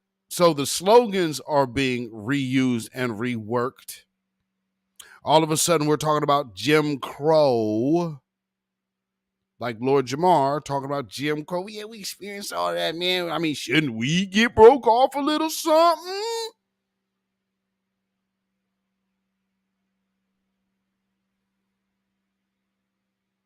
I hope you understand. When we say we have no friends, that means we have no friends. These people are coming for a cut of your goods and saying because they came here to come up off of your ancestors' blood, sweat, and tears, that never mind that. Instead, because they were wrong about what their experience in America would be, they should get broke off too. Yeah, I'll say break you off, all right. But that's the attitude, and which again is an absolute insult to us, because just hear your former president tell you African Americans built this nation. You built this nation. You know, you're just starting to get real credit for that. Okay, I don't know if you know that. You're just starting to get, you built the nation. Yeah. This is true.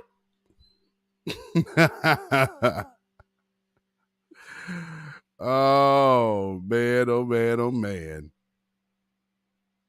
And then in the meantime, this is the other thing that they'll put money into. And we forget that it's okay to take the cape off. And that's just not going to work for us. You understand what I'm saying? If you don't, let me help you.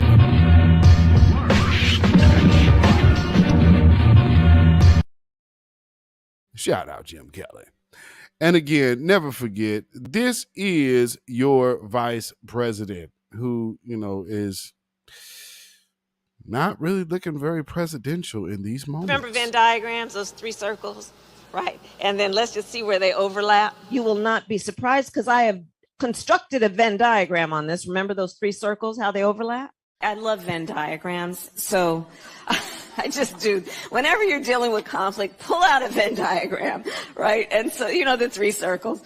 And so I asked my team, right? They're fantastic. He sees the Venn diagram of it all. He sees that there are those circles, and maybe people seem that they're a little different. They live in different parts of the country. They may be different age or different race. But that area in the middle, that overlap. I asked my team to do a Venn diagram of where these attacks are happening. So voting rights, women's reproductive rights, LGBTQ rights. And, of course, there was a huge intersection. You know, I asked my team to do a Venn diagram for me of where we are seeing attacks and who are the attacks against and the similarity. And when you look at a diagram of the, just a Venn diagram in that regard, it tells a real tale.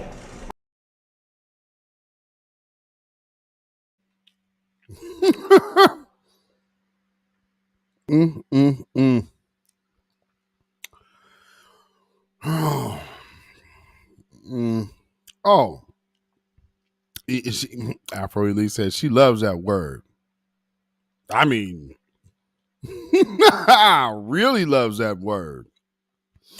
And again, understand when people are like, oh, you're elders and all of this, you guys feel some kind of way. No. There's a reason why we are strictly talking about lineage-based situations. Listen to one of our elders speak while being interviewed by a Dominican. But they know less about their history than you and I do. So you've got a deaf, blind, dumb, backwards person speaking an African language, coming from the African country, came here to be a parasite on their own people with no respect for themselves as human beings, and then because they speak a language, try to make you play you off like they got something culturally that you don't have. Now, if you notice, a lot of the Hotep hustlers are not FBA. So look at how much look at how much these people have actually benefited and profited off of FBA business and affairs and plight going on in this country, while nobody ever looks at that part, though. It's like, he Dominican, right? I was just wondering. But, hey, man, he definitely does stuff. He has good, holds those Don King style debates, so black folks can get up there and back and forth banter with each other and sell tickets. All of this debating business, unless you're debating for a purpose, it's really pointless. I keep seeing this brother. He sent me something wanting Brother Field Scott to debate some dude I ain't never heard of. Seriously don't think that's going to happen. And you would have to ask yourself, what does Phil Scott have to debate about?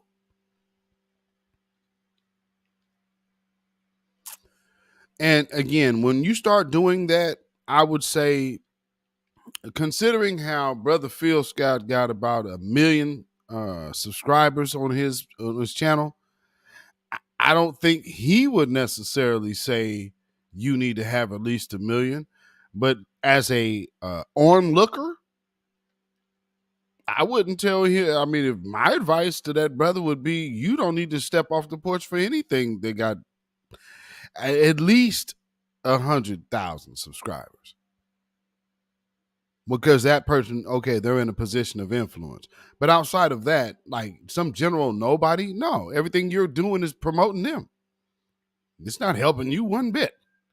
So that's a worthless point. Same right. Shout out to Afro Elite. He just made 3,000 subscribers, as a matter of fact. So congratulations to that brother. Y'all give that brother a black fist in the chat. This brother been putting it in. Putting in this work, and man, people are rocking with his message, and that is how things work. And shout out to, again, Brother Torian Reigns Reloaded. That brother hit 50,000 subscribers. So people are making names for themselves, making waves and making statements for the black grassroots.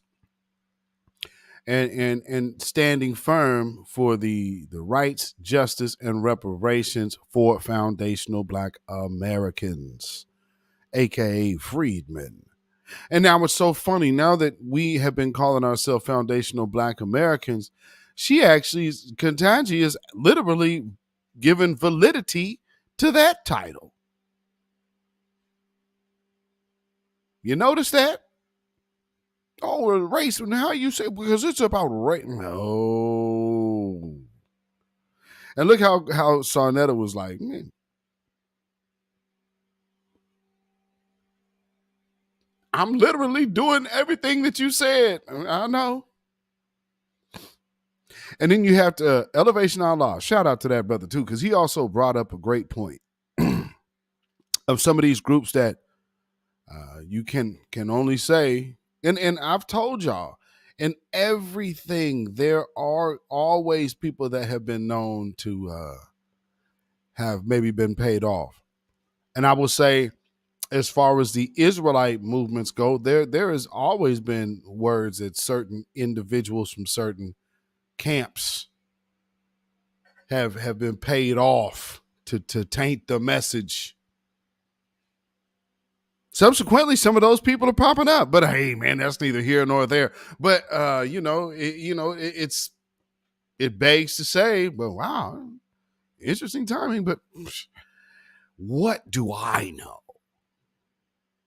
The hard black truth. What's going on, brother? These folks be like really thinking that you guys are hating. No. We rocking with what we were initially planning on rocking with in the first place. We don't know who you are. And it's like, oh, well, non-FBA Israelites. All right, and see, here's a whole other thing. They do all of this, since I got to, let me do this before I go. So he's bringing the Israelite conversation into this. Any Israelite does not have to really go into too much depth, because the one thing about foundational Black American would easily be identified on your chart by way of your own camp. So you see who the FBA is.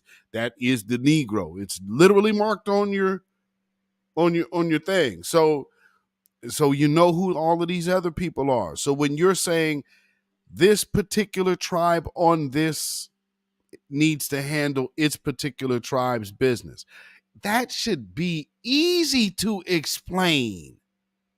I don't want to hear about how I'm an Israelite and I'm this and that. No, make it simple for the people, brother. This don't need to be no elaborate. We ain't doing no preacher madness. This ain't TD Jakes. And at the end of the day, I've never shied away from what I am. And here we are with other individuals representing the Nation of Islam. I'm sure there's some people still going to church and buying into Christianity. You know, the white Jesus, you know, y'all had to let him go, and, you know, as things progress. But, you know, I'm sure, and y'all could see that, because y'all could hear in the way some of these folks talk. They come in, they know they can't use the word forgiveness. So they just start using the forgiveness talk. Well, you know, everybody, this is not perfect. You know, you just got to give people grace. That means forgiveness. They've been so indoctrinated with that church life that they don't understand when you got to get down to the nitty gritty. You just got to get down to the nitty gritty. You can't be playing with it. This is serious business. And you're going to tell me you're prepared. Like, okay, prime example. Say, okay, we want y'all to have a concert next Sunday. Okay, so I have a week to get ready.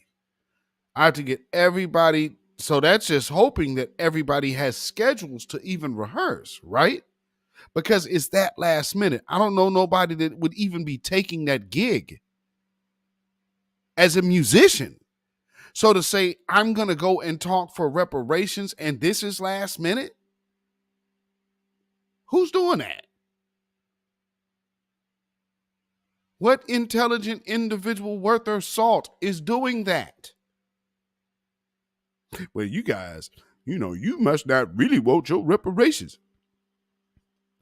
I don't see how anything that this person is doing is now tied to our claim one way or another. If he's doing a positive movement for reparations, then that's what it is. What's the issue with two different things going now? Because clearly it was a problem before.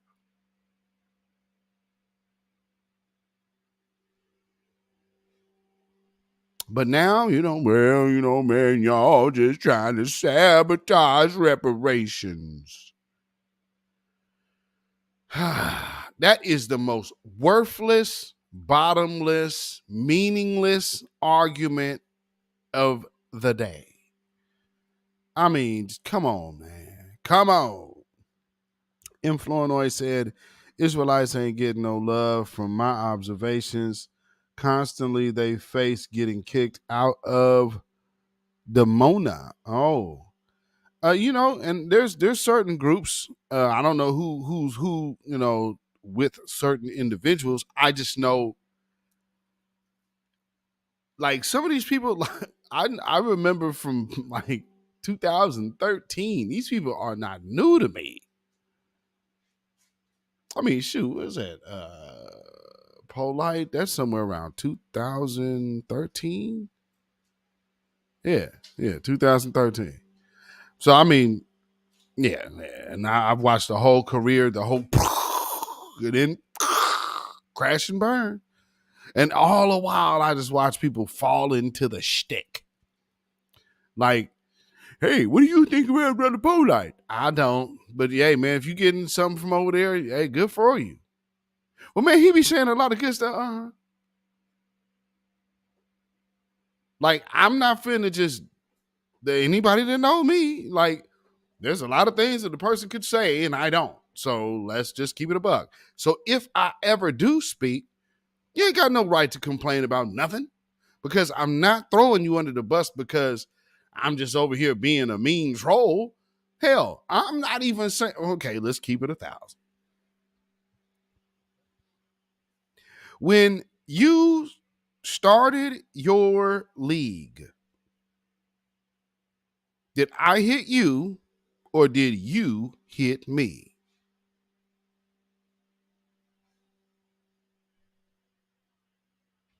But we gonna go up here and act like nobody knew it was nothing. We can't do that, brother. So if for all of these other people who don't know better, I do. I remember when this was brand new. Like, okay. Like I said, anybody asked me, like, I already knew who the brother was, and he's always been solid in his lane. What's weird for me is he's jumping out of that lane into this, and you just want people to just go with it. Nah, bro. It ain't working like that. And when people say they ain't feeling good about a certain situation, as men, get that right. And for what I'm seeing, it's like I've seen I'm seeing more splaining than I'm seeing solid lockdown fact. I'm hearing a lot of splaining, and then the side busting trolls, you know, who have a lot of hidden jealousy, because there's a lot of them, especially on the Twitter end of the thing. You know, they have issues with me and my brother Black Alpha, not being lowly minded and dusty like they are. So, you know, because what they tend to do is look at other people who are doing things that they ain't, and then they want to compare. Well, I could do what they do. No, you can't. No, you cannot.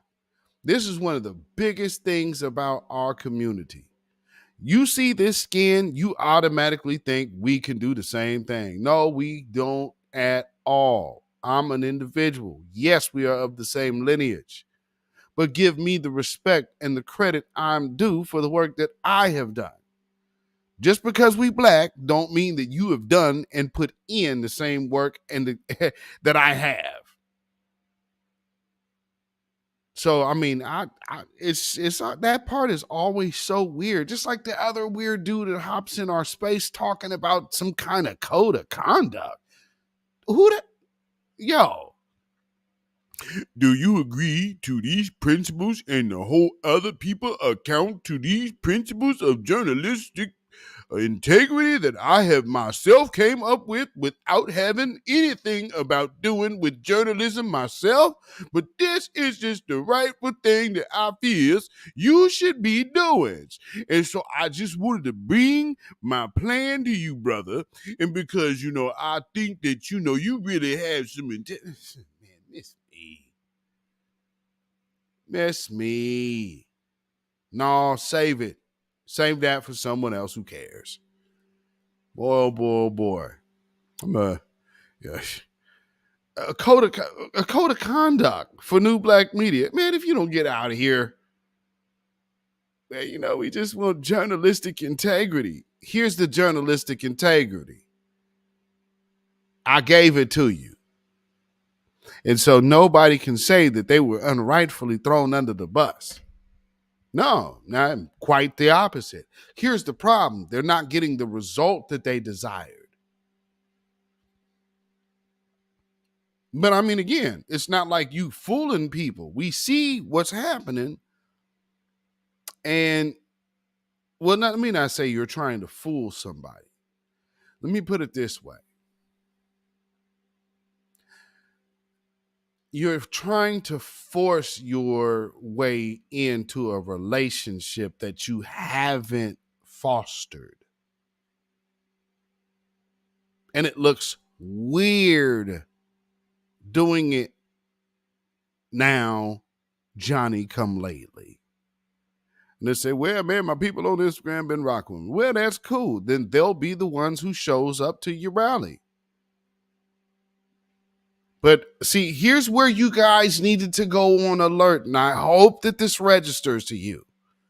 Did you understand it was very important to whoever is behind this to get Tariq Nasheed to that doggone march? Stu was damn near crying on his space yesterday. Man, you need to call me, brother. Some handlers was over there, boy. It was like, yo, man. Got this case hanging over your head, player. If you, boy, you better get him there, boy.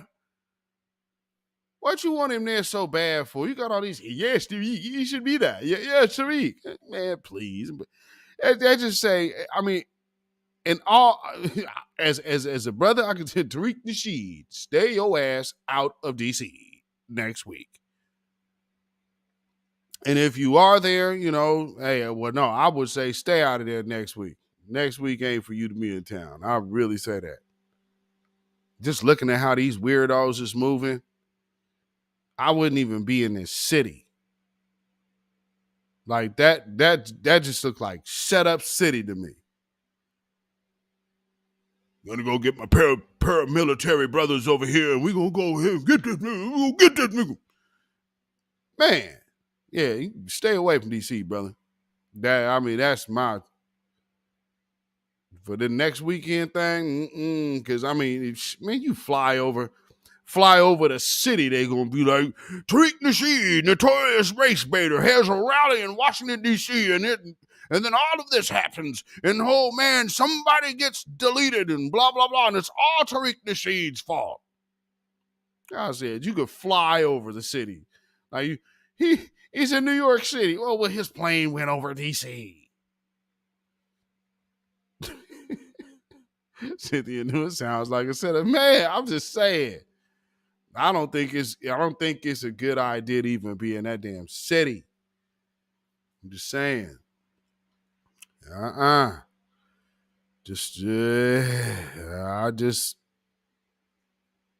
This is one, I think I'll just not be there.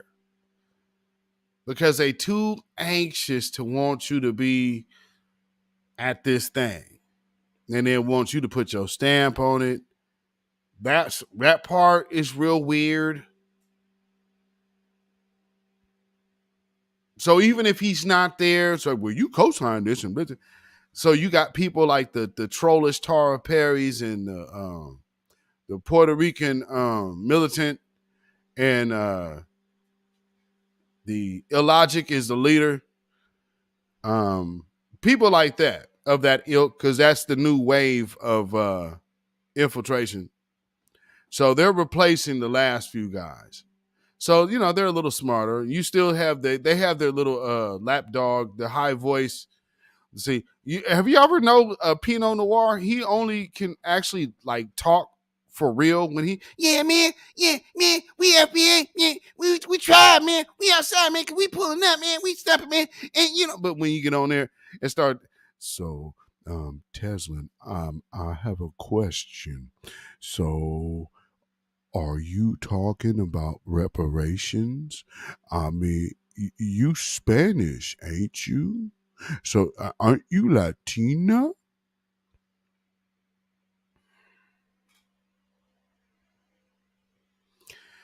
I'm trying to speak in a somber tone, and I just have a question.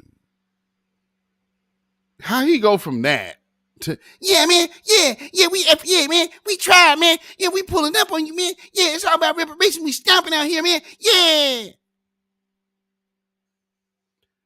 It's like, what's up with this dude? And on the real family, I don't know if y'all have a large experience with people with Asperger's. I don't know if y'all have experience with people with Asperger's or not. But I would beg to say a few of these people have found a support group Fake Drino, he calls himself a reparationist. So that dude's ultra lined up. It's like, yeah, you are just a more slightly savvy troll. It's like, you just notice the level of, and so it's like, okay, you've reached another level of just basic trolling. And so the really important conversation is that Tesla is a Latina because what's Figaro mean? You say you a Creole. Boy, these boys' heads is soft as mush. And just the way people talking, like, dang, you don't even know history of this country, do you?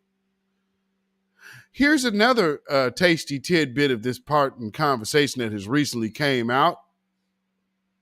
For those who had an issue understanding the makeup of what a Creole is, because there was somebody that didn't understand how our bloodlines was made here, which is kind of funny now that things have transpired. COINTELPRO Showers was giving you information, and yeesh, boy, this show didn't land well, did it, sister? Now I don't even have to say your name, but you know who you are. Shout out to Tesla and Figaro for explaining how Creole black folk in this country exists. And it's not changing a lineage because there was a whole French section of America with a slave trade. So to say how, well, I don't understand. You mean to tell me that there was slaves from Jamaica off up in here? Yes, genius. And now that you have another one representing, I don't know if you want to try that one. Oh, I know you don't. Man, that didn't land well, sister, did it? And this is why y'all need to stop being so messy in them back chats. You just might be getting your information from the wrong person. And in this case, like I said before, I will only accept an apology because you were wrong.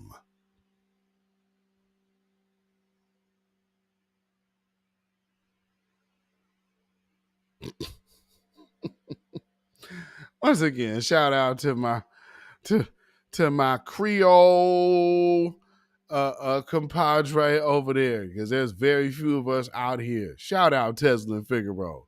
And just able to explain the logistics of the soil of this country, because some people have so much problems understanding. It's like, what do you think? Okay, never mind. I won't even waste my time trying to explain anything to you. Whoo! From the space to the inbox, boy. Okay. All right. My inbox is still open, though, for an apology.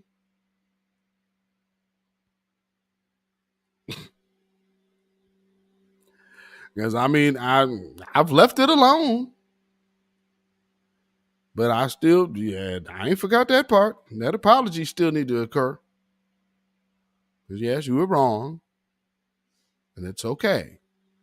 But don't be loud and wrong and then still sitting up here running up under folks like you haven't been loud and messy. I hope you know it's still seen. I think that part might be coming a little more evident to you, though, right now. It's always better just to err on the side of caution and not go off the rails on people you don't know. With that being said, if you have to address situations that are coming in your midst to alter your destination, and in this case, our destination is reparations, well, then you're going to have to address that. You know what I mean? And that's all right. Sometimes people just need to be checked. Babylon is fallen. Babylon is fallen. Let it fall and let us rise. Can you dig it? Said Beatzilla with that straightening. You know, hey, I'll just be chilling. People be in like back channels. They be building up a whole animosity towards me, and it be based off of something that ain't even true. It's like, I don't know what to tell you. I can't respond to what somebody else's lie about me was. Sorry you believed it. And then when people, well, hey, no, he ain't like that. No, I'm not. And then I guess you figure, oh, there's going to be a switch turning on. No, this is me. Who are you talking to? This person, I don't even know them. But this is what they said about you. I don't know them. But you notice that we have these type of people around here that's doing the whole, like, man, the little fake Drano dude, like this guy, I literally listen to him. Some of these dudes make my eyes water. Because it's beyond belief. Like, you cannot be this stupid. I mean, wow. Like, shawty. Good grief. So, my problem is that Tesla, she be talking about reparations. And no, she wasn't talking on reparations. She actually deferred. Oh, yeah, well, see, I get it. She actually did defer. But see, my problem is Tesla is talking about reparations.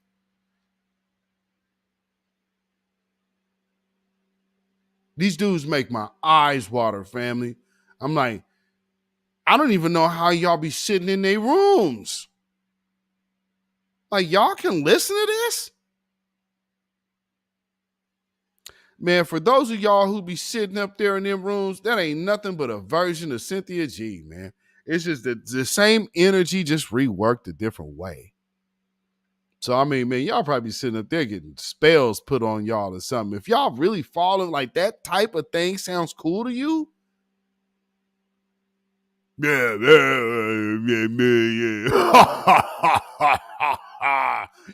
Y'all really into that? Yo, y'all need to get y'all energy right. Y'all need to get y'all energy together. Mute your mic. Man, stop. Hey, and then you got the little Puerto Rican. Yeah, man, I'm effing. And then you're just lying. Like, you hear the way these people just lie, and then they be making up stories. Like the Haitian leader of the FBA group that's trying to stomp from reparations and pull up as a whole Haitian. And then the other woman has blocked all of the people that she used to rock with FBA, with the Nigerian husband. They rocking with that, though. I guess that's good. So, I mean, it's funny because, like, people act fun. Like, she ain't coming back over here.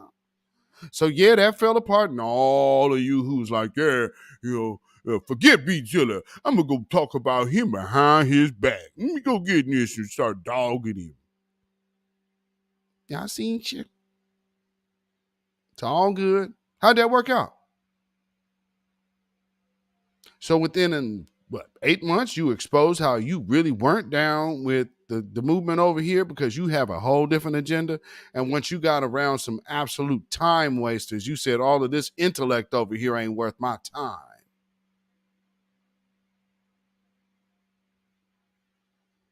That just goes to show, like, okay, well, you didn't even want to hang around the wisdom. Nope. I'll just go ahead and deal with the foolish. Gotcha. Okay, well, have at it, sister. Good for you. Whew. But what do we say? It is what it is. So, family, you can follow me on Instagram, Facebook, and Twitter at beatzillapdx. You can follow me on Patreon at beatzillapdx official. And on Melanated People, you can follow me at Michael Beatzilla Whitmore. Of course, you can email me at ourrealtruth@gmail.com. That's ourrealtruth@gmail.com. And of course, if you feel so inclined to put some money in the bucket by way of donation, you definitely can. At CashApp, $beatzillapdx. That's CashApp, $beatzillapdx. And of course, we also have PayPal. That is Zilla Muzak. That is ZILLAMUZAK at PayPal. So with that being said, family, we are going to get ready to skedaddle and start this weekend.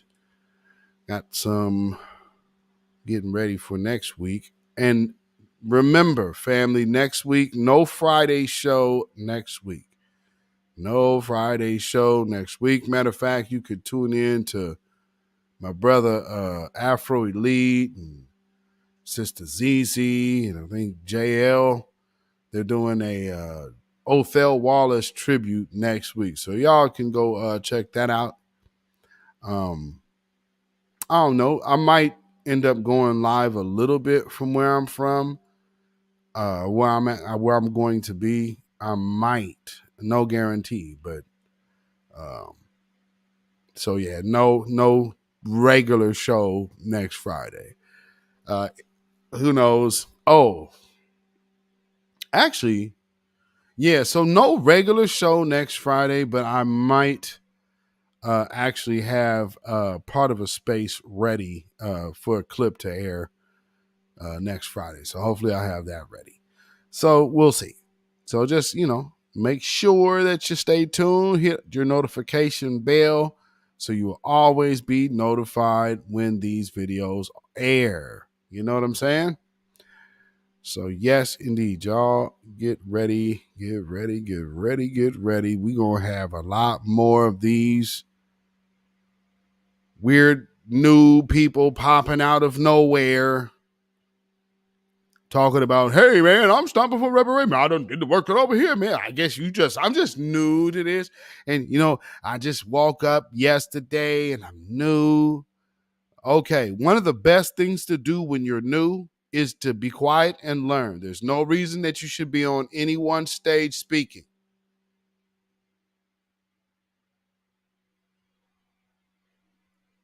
If you're new, what have you obtained in this short amount of time to be on a stage speaking with scholarly individuals about things that they've been part of for well over many decades? That's what I'm talking about, how we see each other like just because of the black skin. Let me put myself on their level just because we're black. That's not fair to the accomplishments of individuals. Like the one dude, tell Randy Short, post his, that's a whole doctor that's did and put the work in long before you was even living. But your mouth is running. That's why I like with Illogic is his leader. That dude with the dreads trying to look like some kind of weird black militant from the 70s, like a black exploitation film with dreadlocks. That dude. Man, all you old Negroes. Dude, you look like you are straight out of a 1972 black exploitation film as a militant extra. Go over here talking about somebody old. Man, you get on out of here, young dumb punk. And with that being said, stay away from suckers. Stay black, stay alive, stay vigilant. You know what I'm saying? Jive, turkey. You already know, you sucker. Yeah, you old moose head fool. I just saw them all outdated. Dude over there trying to look like Bobby Seale 2.0. It's like, cut it out, dude. Get your own style, man. Be something original. And you over here trying to look like, yeah, I'm the Mr. Black Militant and you is a joke. Shut up. Don't you hear? We got the whole new wave of people. All y'all do is scream Tariq Nasheed's talking points. No, we are all living this experience, having life and scholarly wisdom because we're not dummies, contrary to Dr. Umar's belief. So with that being said, family, keep your smooth stones at the ready and be ready to always bash that head out, bash them brains out of that lie wherever it shows up. Because as you see, we take care of business around here, don't we? Yeah. Because you don't have to kill them when you already know who Satan is. Black first. Shalom, y'all. When you know who Satan is, yes, sir, you don't have to kill him. No. The stone of truth. Yes. See, that's what you throw. Yes, right. Allah says, had we wished to take a pastime from before, surely we would have done it. Nay, we cast truth at falsehood till we knock out its brains. Every one of you that knows the truth, stand up and tell it from the mountaintop. Black people can't take it no more. So wherever you are on the job, in the factory, I don't care where you are. If you know the truth, stand up on the truth and tell Satan, who the hell are you to try and pick my friends? Farrakhan is God's man, and you are from the enemy of God. So to hell with you. Stand up on it like a man.